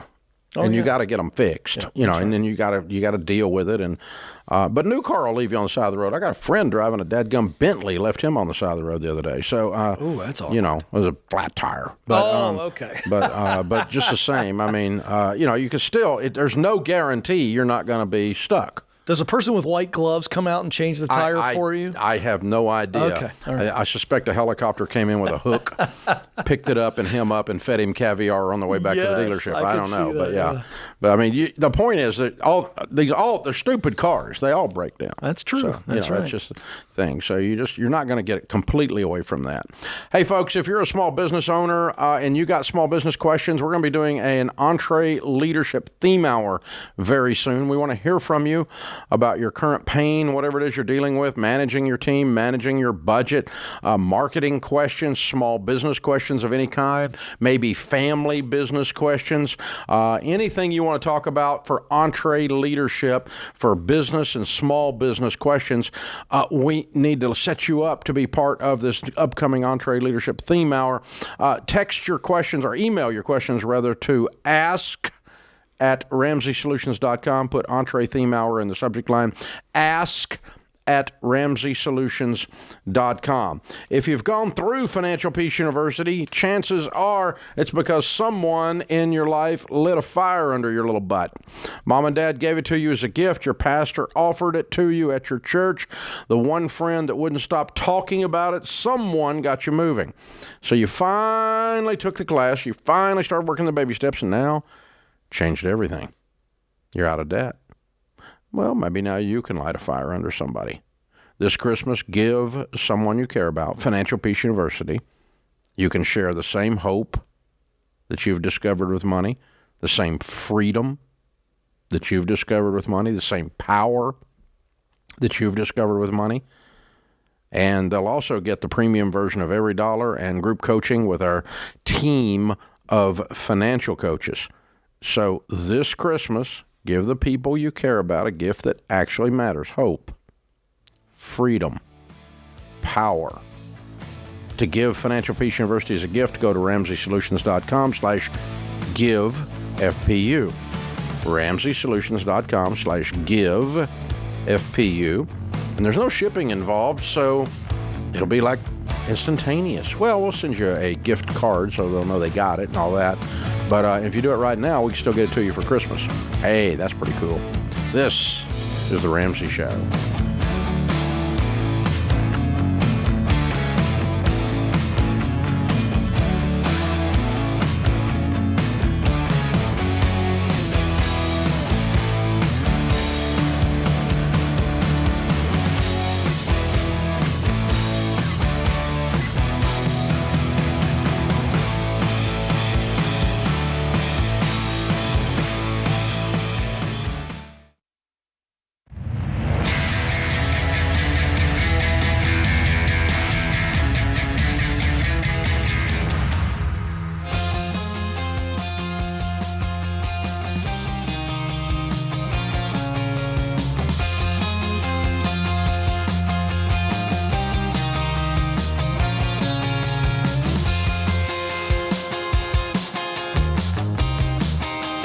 Ken Coleman, Ramsey Personality, is my co-host today. Open phones at 888-825-5225. Tommy's in Cincinnati. Hey, Tommy, welcome to the Ramsey Show. Hey, thank you guys for having me, gentlemen. How are you doing today? Better than we deserve, sir. How can we help? Sure. So I'm just kind of, first and foremost, I'm grateful to be on the call. My wife and I, newly debt-free. Thank you guys for your leadership there and your guidance. Between the two of us, we make roughly $138,000 per year. I have been in a job. I'm 35 years old, for about 15 years with the federal government, working for a government agency. And at 30 years, so at the time I'm 50, I'll be eligible for a monthly annuity or pension. Kind of growing up, I've heard of my grandparents having pensions, so on and so forth. They obviously are doing well, but aside from them, I haven't really encountered anyone with a pension. So I have this kind of perfect, ideal picture of what it's like to have a pension, and especially at the age of 50, just kind of enticing. Well, as of you're how old now again? I'm 35 years old. So. Okay, so 15 more years. Okay. Yep. Well, today I was just offered another job, working in the private sector, making about $40,000 to $50,000 more, depending on the bonus, but an annual base salary of about $40,000 more per year. And just kind of curious, which way would you lean on going? That would bring our household income to roughly $80,000 per year. I thought you were getting a potential raise. He did, $50,000. Okay, so that from last part, 130 to 180, right? Oh, Correct. you said Yep. 80. Oh, okay. I thought you said 80 for a second. Well, so let's remove the money from the conversation. When you heard about this job opportunity, okay, I understand the bump, and it's in the private sector, but do you get excited about the actual work itself and then where it might lead? Yes, I guess. Yes and no. Yes, and just in terms of doing something different, right? I've been doing my current job for 15 years. On the younger side of things, sure, but really don't know a whole lot else. All right, let me ask you this: what's your enjoyment level of your government job right now? On a scale of 1 to 10, 1 being suck and 10 being you love it. I would say 8. I like it pretty well. So here's the deal. Number one, I wouldn't stay in any job for any pension, just for the pension. The pension to me would never be the reason I would stay. All right. And the good news is you got an 8. That's a pretty high level of enjoyment. Most Americans aren't experiencing an 8 in their work. So that's good. On the other hand, going to the private sector with an opportunity to move up the ladder and make more money, I would do that in regards to just staying for a pension. So you're kind of in this middle area for me. There's not a clear winner because you could take this job, the private sector job, make more money, even have an opportunity for advancement. But if you don't enjoy the work and it's just, I'm doing it because it's something different, let me tell you something. You got about 40% of people who changed jobs in the last 2 years regret changing their jobs because the paycheck wore off, the promotion wore off, and they realized they were better off where they were. And that concerns me. Your answer of, it's just something different. Well, once the different wears off, now you could be stuck. So what do you do now? Like what agency? No, I mean, what's your day job? What's your title? What do you do? Yeah, so I am like a customer service person working for a state agency, or excuse me, a federal agency that helps with grants. So you're in customer service. Okay, and so you would be doing what at the new place? I would be working for a telecommunications company, working with local municipalities and managing their contracts. So kind of in the same field. Correct. Yep. Absolutely. So theoretically, you could have an 8 on the enjoyment meter at this new job as well. Correct? Yeah. For sure. I think you need to dig in a little bit more, because it's a no-brainer for me. If you were to tell me that you could enjoy the private sector job and it provides you a ladder for financial and professional growth, that's a no-brainer to me to take the private sector job. If you've got as good an environment or better, you've got as good a chance of progressing or better, and your level of enjoyment is as good or better, 100% take the new job. Yeah. Okay.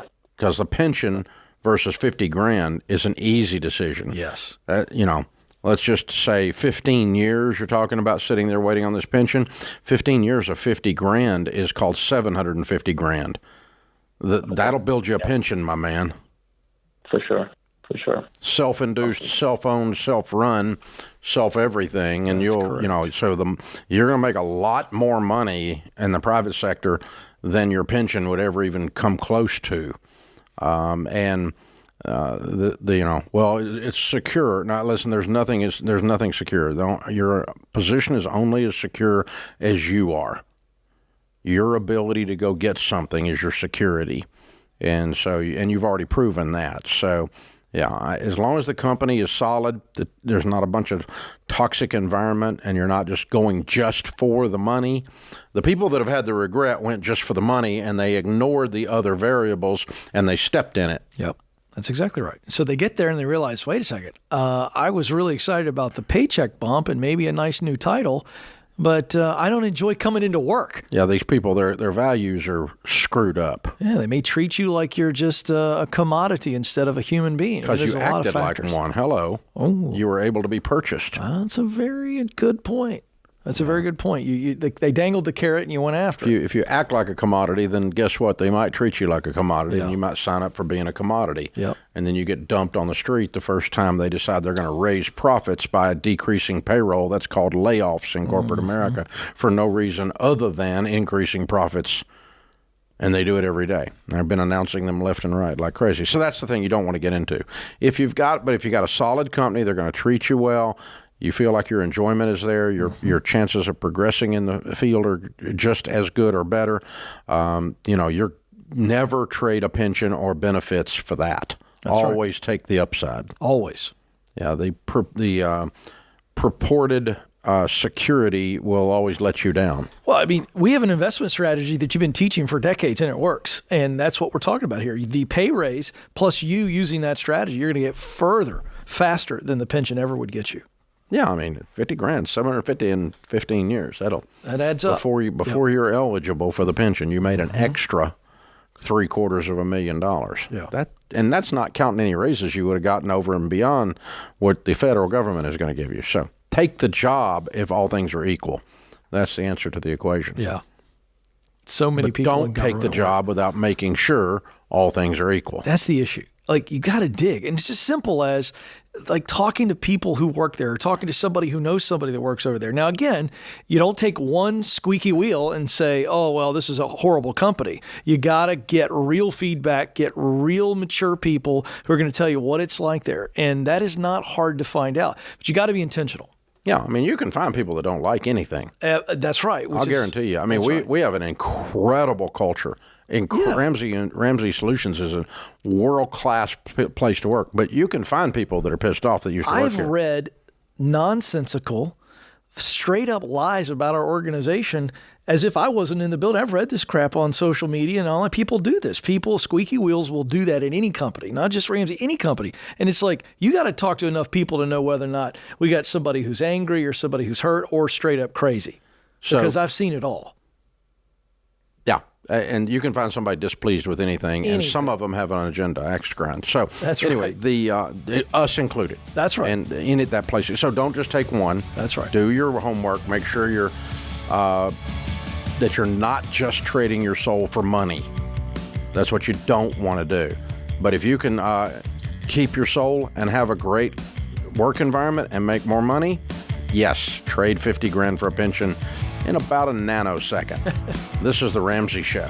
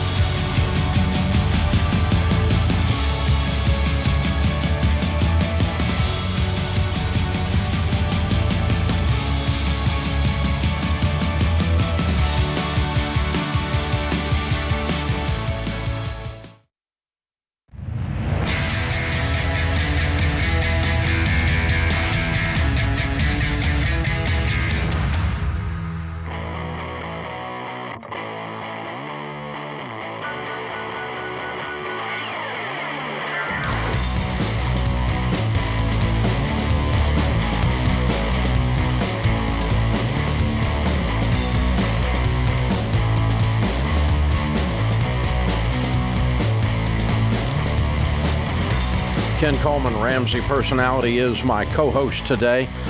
Our research team did the largest study of millionaires ever done in North America, over 10,167 of them, and we discovered the top 5 careers of people who become millionaires.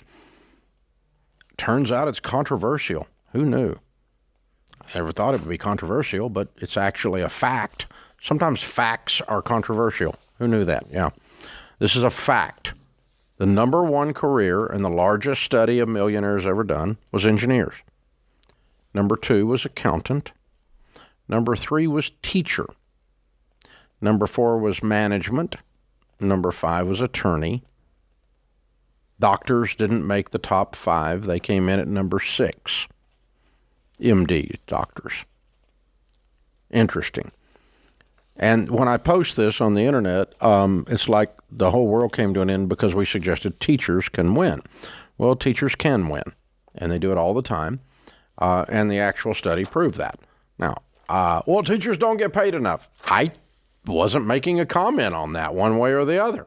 I just said that the largest study of millionaires ever done concluded that the number 3 most likely career to become a millionaire is a teacher. You might disagree with that, but you would be what's known as wrong because it's a fact. Facts aren't controversial. See, this is the reason I wrote Baby Steps Millionaires, Ken, is because these people are out there who are just bound and determined to lose. They want an excuse to lose. They want an excuse to be a victim, and I'm not going to give you an excuse. I'm going to tell you you can win, and I'm going to show you the facts on how becoming a Baby Steps Millionaire is real, and now it's available at only $10. My latest number 1 New York Times my latest number 1 best-selling book, Baby Steps Millionaires. I'm not on the New York Times because I said they sucked on the air, so I'm not on there anymore. But but anyway, so yeah, but it was number 1 in the nation, and yeah, $10 at RamseySolutions.com before the deal is gone. Don't miss this. Cindy's with us. Cindy is in Louisville, Kentucky. Hi, Cindy. Welcome to the Ramsey Show. Hi, Dave. It's a pleasure to meet you. Your program really made a huge difference for my family, and it's just been a big deal for generations of my family, so thank you for that. Well, thank you. How can we help? So my husband and I have been saving up for a couple years. He's been saving up since before we got married, and so have I. And we've got about $100,000 saved up. I have deferred some of my retirement savings, but he's doing the 15% he's supposed to do because we want to buy our first house. We're currently renting from a family member, and I've done a lot of the repairs on that, so I'm fairly handy. There's a house that we're looking at that is an old Victorian house. And you can probably see where this is about to go. It's a bank-owned property. They're asking about $250,000 for it. And I think it would be worth easily that if it were fully repaired. I think it'd be worth a lot more. The problem is that it needs some significant repairs. And when I say significant, I mean probably needs to be completely rewired. It still has old black metal pipes that are going to have to get torn out. And obviously some of those go through the walls, which are old plaster walls. So it could be a lot of work getting that out. And the HVAC systems have some obvious issues with the way they've been wired in and installed. So my question really is how much we should be willing to offer it. Also, my husband and I are expecting a baby in February, so I'm pretty handy. There are a lot of things I can do. There are a lot of things I can't do pregnant or postpartum. The bank was pretty adamant that they did not want to take less than the $250 they were asking. I think they're getting that number personally based off of property taxes were just reassessed on it, and city says that's what the property taxes are. But they weren't really willing to come down on the property. Please, they have sent them resisting, but they're going to rebuy. Please walk away. Nothing in you said in this entire conversation sounds fun. Listen, I've done historic rehabs. They don't build them like they used to. Thank God. We have learned a lot about construction techniques since 1916, and that's why we don't put knob and tube wiring in things, and why we don't put those black pipes in there, and why we don't use plaster anymore, and why we don't, and why we don't, and why we don't, and why we don't. This is your very first house and your very first rehab and your very first series of things, and you keep telling me how handy you are. You ain't that handy. Yeah. This is a disaster. You ever seen the movie Money Pit? No, I can't say I have. Well, you ought to go watch it. It'll tell you not to do this deal. Yes. Okay? Please don't do this deal. Here's the thing. This sounds cute, and you're looking for a deal, and you're willing to do some repairs, and you're signing up for 10 to 15x what you think you're signing up for in hassle, in unknowns. It's almost impossible to run an accurate estimate on the rehab because every time you open up a wall, there's another dadgum mess in that wall. Yeah. And you can't half do a plaster. You get one shot, the whole wall or nothing. You can't patch plaster. You can patch drywall. You can't patch plaster. You can tell it. It's there's no technique that does this. So you take the whole wall off, and then you get to do the whole wall back. And oh God, if you want to do that, you need to be an experienced rehabber that knows something about historic renovations. This is a massive project. Let me just tell you, if you want to build a home from the ground up, it would be 10x easier than the project you're talking about. And I've done lots of both. Lots of both. I actually know what I'm talking about. Yeah, I definitely appreciate that. Yeah, do not do this deal. The bank is too high. They're out of their dadgum minds. You're pregnant, and the last thing you need is another child that's a problem child house. Yeah, Cindy, I think you need a new vision. I think you've had a great vision for this. Yep. You guys have looked at this. No, your vision got kidnapped. Yeah, by this one stupid house because it's so cute and gingerbready and looks like it could be so cool on the outside. Inside is hell on earth. Yeah, it's a great vision, but not a great decision. You know, that's the issue. You can do this somewhere else. Hold, walk away on this deal, and find another thing that's a much better deal where you can let that vision kind of go. But that's what they're wrestling with. Yeah, you're going to have to strip every wall and come back with every single piece of plumbing, every plumbing fixture, every piece of wiring, every plug, the main, the electrical main, the water main, all have to be replaced. Everything in there, or you're never going to get it right. You can't patch this because the system is bad and it's ancient. Yeah. Mm-hmm. I think that when we were talking about it originally, we're like, if we were going to do it, if we were going to be able to pull this off, the only way we could do it is really to take it, first floor and get the first floor functional. And then over the course of a couple of years, get that second floor. I can't stop you, can I? I admit I really am attached to the place, which is the problem. Yeah, it's a problem. You're getting ready to pay too much, and you're underestimating your costs, and you're underestimating the emotional pain it's going to take to finish this project.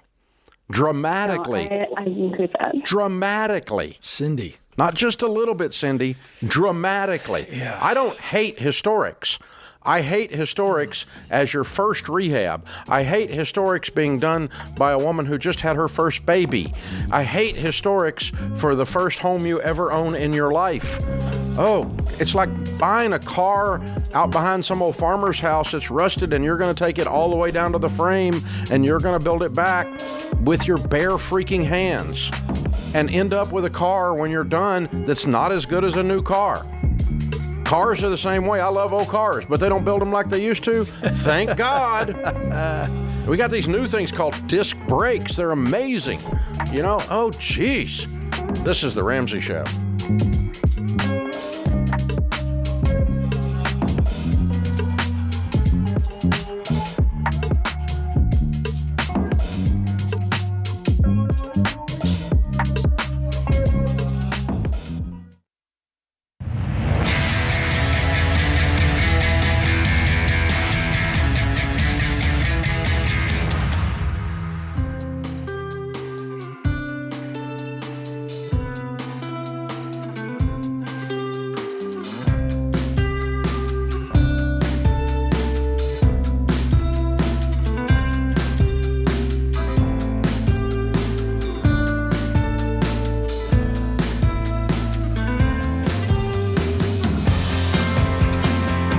Our scripture of the day, Psalm 32:8. I will instruct you and teach you in the way you should go. I will counsel you with my eye upon you. Tony Dungy said, I am a firm believer that the Lord sometimes has to short-circuit even our best plans for our benefit. Open phones at 888-825-5225. Ken Coleman, Ramsey Personality, is my co-host today. You jump in. We'll talk about your life and your money. Oh, Kevin is with us in Tampa. Hi, Kevin. How are you? I'm good. How are you guys? Better than we deserve. What's up? Oh, this is my first time talking to you, Dave, so I'm really nervous but excited. So thank you for that, for answering my call. Well, we're honored. How can we help? I've been a long-time listener, basically. So I paid off my debt, saved up my 3 to 6 months of expenses for emergencies. Way to now go. I'm on to investing. Thank you. Go. So now I'm basically new to investing, and I'm also new to the company that I work for. They match up to 6%, but they don't start matching until I reach 1 year. So I was wondering, because I already know you always talk about, matching beats Roth, beats traditional. Should I wait for the year and just invest in my Roth IRA, and then once I hit that 1 year of service, start in matching up to 6% and then the 9% to Roth? Is your 401k Roth available without the match? Or you can't be in it at all? It is, but I have a Roth account with Vanguard. But I mean, you can't be in the company 401 at all for a year. Is that what you're saying? I mean, I can, but they don't match. They don't start matching until can it be Roth? I reach the year. I didn't look into it that far. Okay, because some 401ks are Roths and some don't offer that. So it's up to your company to offer a Roth 401k. If you can do a Roth 401k with no match for the first year and after that it's a match, I would do that. And the reason is that way you don't end up with this one lone account sitting out over here as a Lone Ranger just stuck off to the side. I'm just trying to keep your life simple. It's not wrong to invest in the other. It's just one more file you got to keep in your file drawer, right? Right. So I'm just trying to keep it simple. So if you've got Roth 401k with good options, without a match for year one, and after that with a match, that would be my first choice. If they only have traditional with a match after a year, yeah, go ahead and do your Roth because you're going to want to do that anyway because you only want to take up to the match after they give the match. You're going to need the Roth anyway. Awesome. Thank you so much. That was basically You see it. how I'm doing that? Does that make sense? Yeah. Yes, sir. Hey, thanks for the call, brother. Merry Christmas to you. Open phones at 888-825-5225. Sue is with us in Austin, Texas. Hi, Sue. How are you? I'm great. How are you? Better than I deserve. What's up? Well, I'm pondering a long-term care policy or a short-term care policy. But I also am weighing that against self-insuring. So I don't know which is more advisable. Okay, I don't do short-term care policies. Long-term care is nursing home insurance. Most of those policies today last about 3 years. Is that what you're seeing? Yes, sir. How old are you? 55.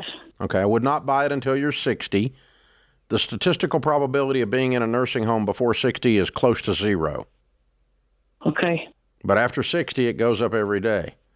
So if you're going to buy, we would buy after 60, and I would buy long-term care, and it would cover usually about 3 years worth of care, which, by the way, almost every nursing home stay does not exceed 3 years.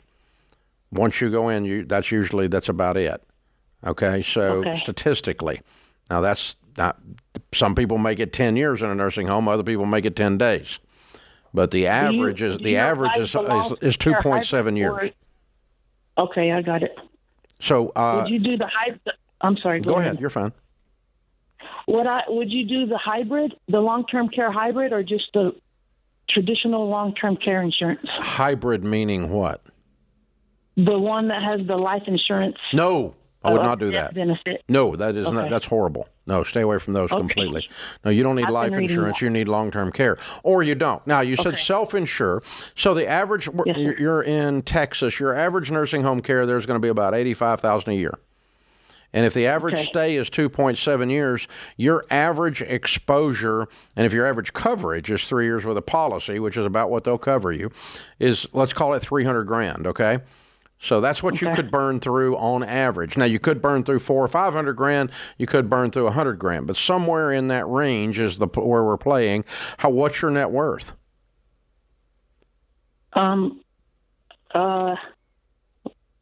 see. I don't really know. I mean, I think about 600,000, maybe 700. Okay. I don't know how to calculate it. Okay. Well, it's what you own minus what you owe. Okay, so you have any debt? A house, $123,000, but I have $90,000 in the bank, and then about $600,000 in IRA. What's the house worth? $380,000. You would say pay off the house. Yeah, but okay, let's call that. Yeah, and so you got a $400,000 house and $600,000 in your retirement accounts, give or take. Okay. If you paid the house off, that's where we'd be, roughly. So you got about $1 million. Way to go. Good job, Sue. Oh, here's the neat thing. In every 7 years, if that's invested and it's making, is it invested in mutual funds? Yes.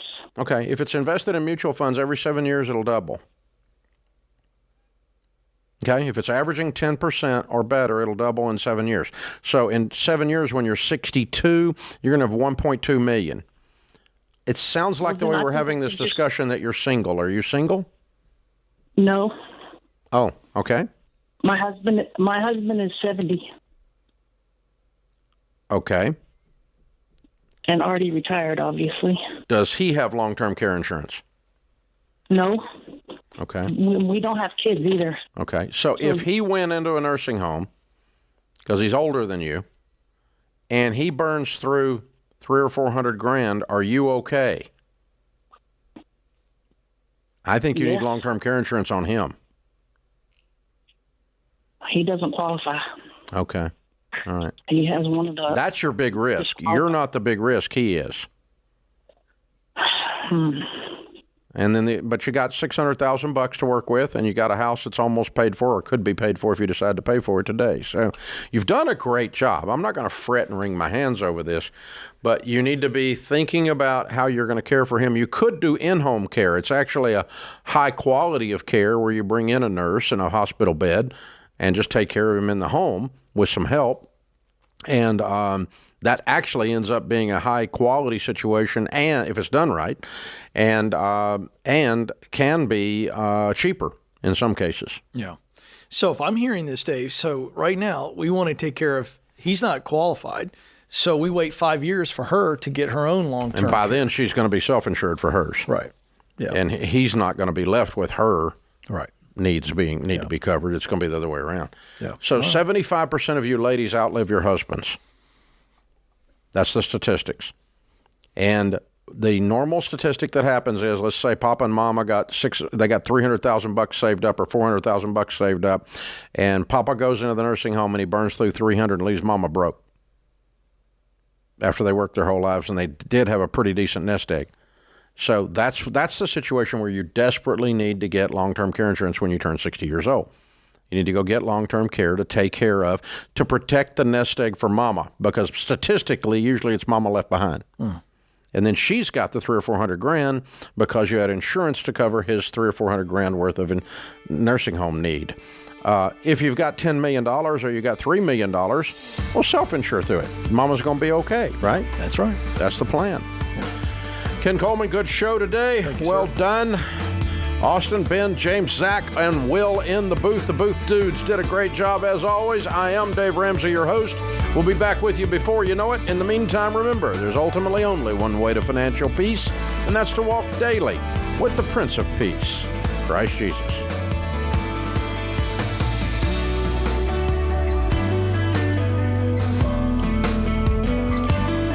Dave here. You can find all of our shows with the Ramsey Network app on your smartphone. It's the only place to listen to the entire back catalog of episodes.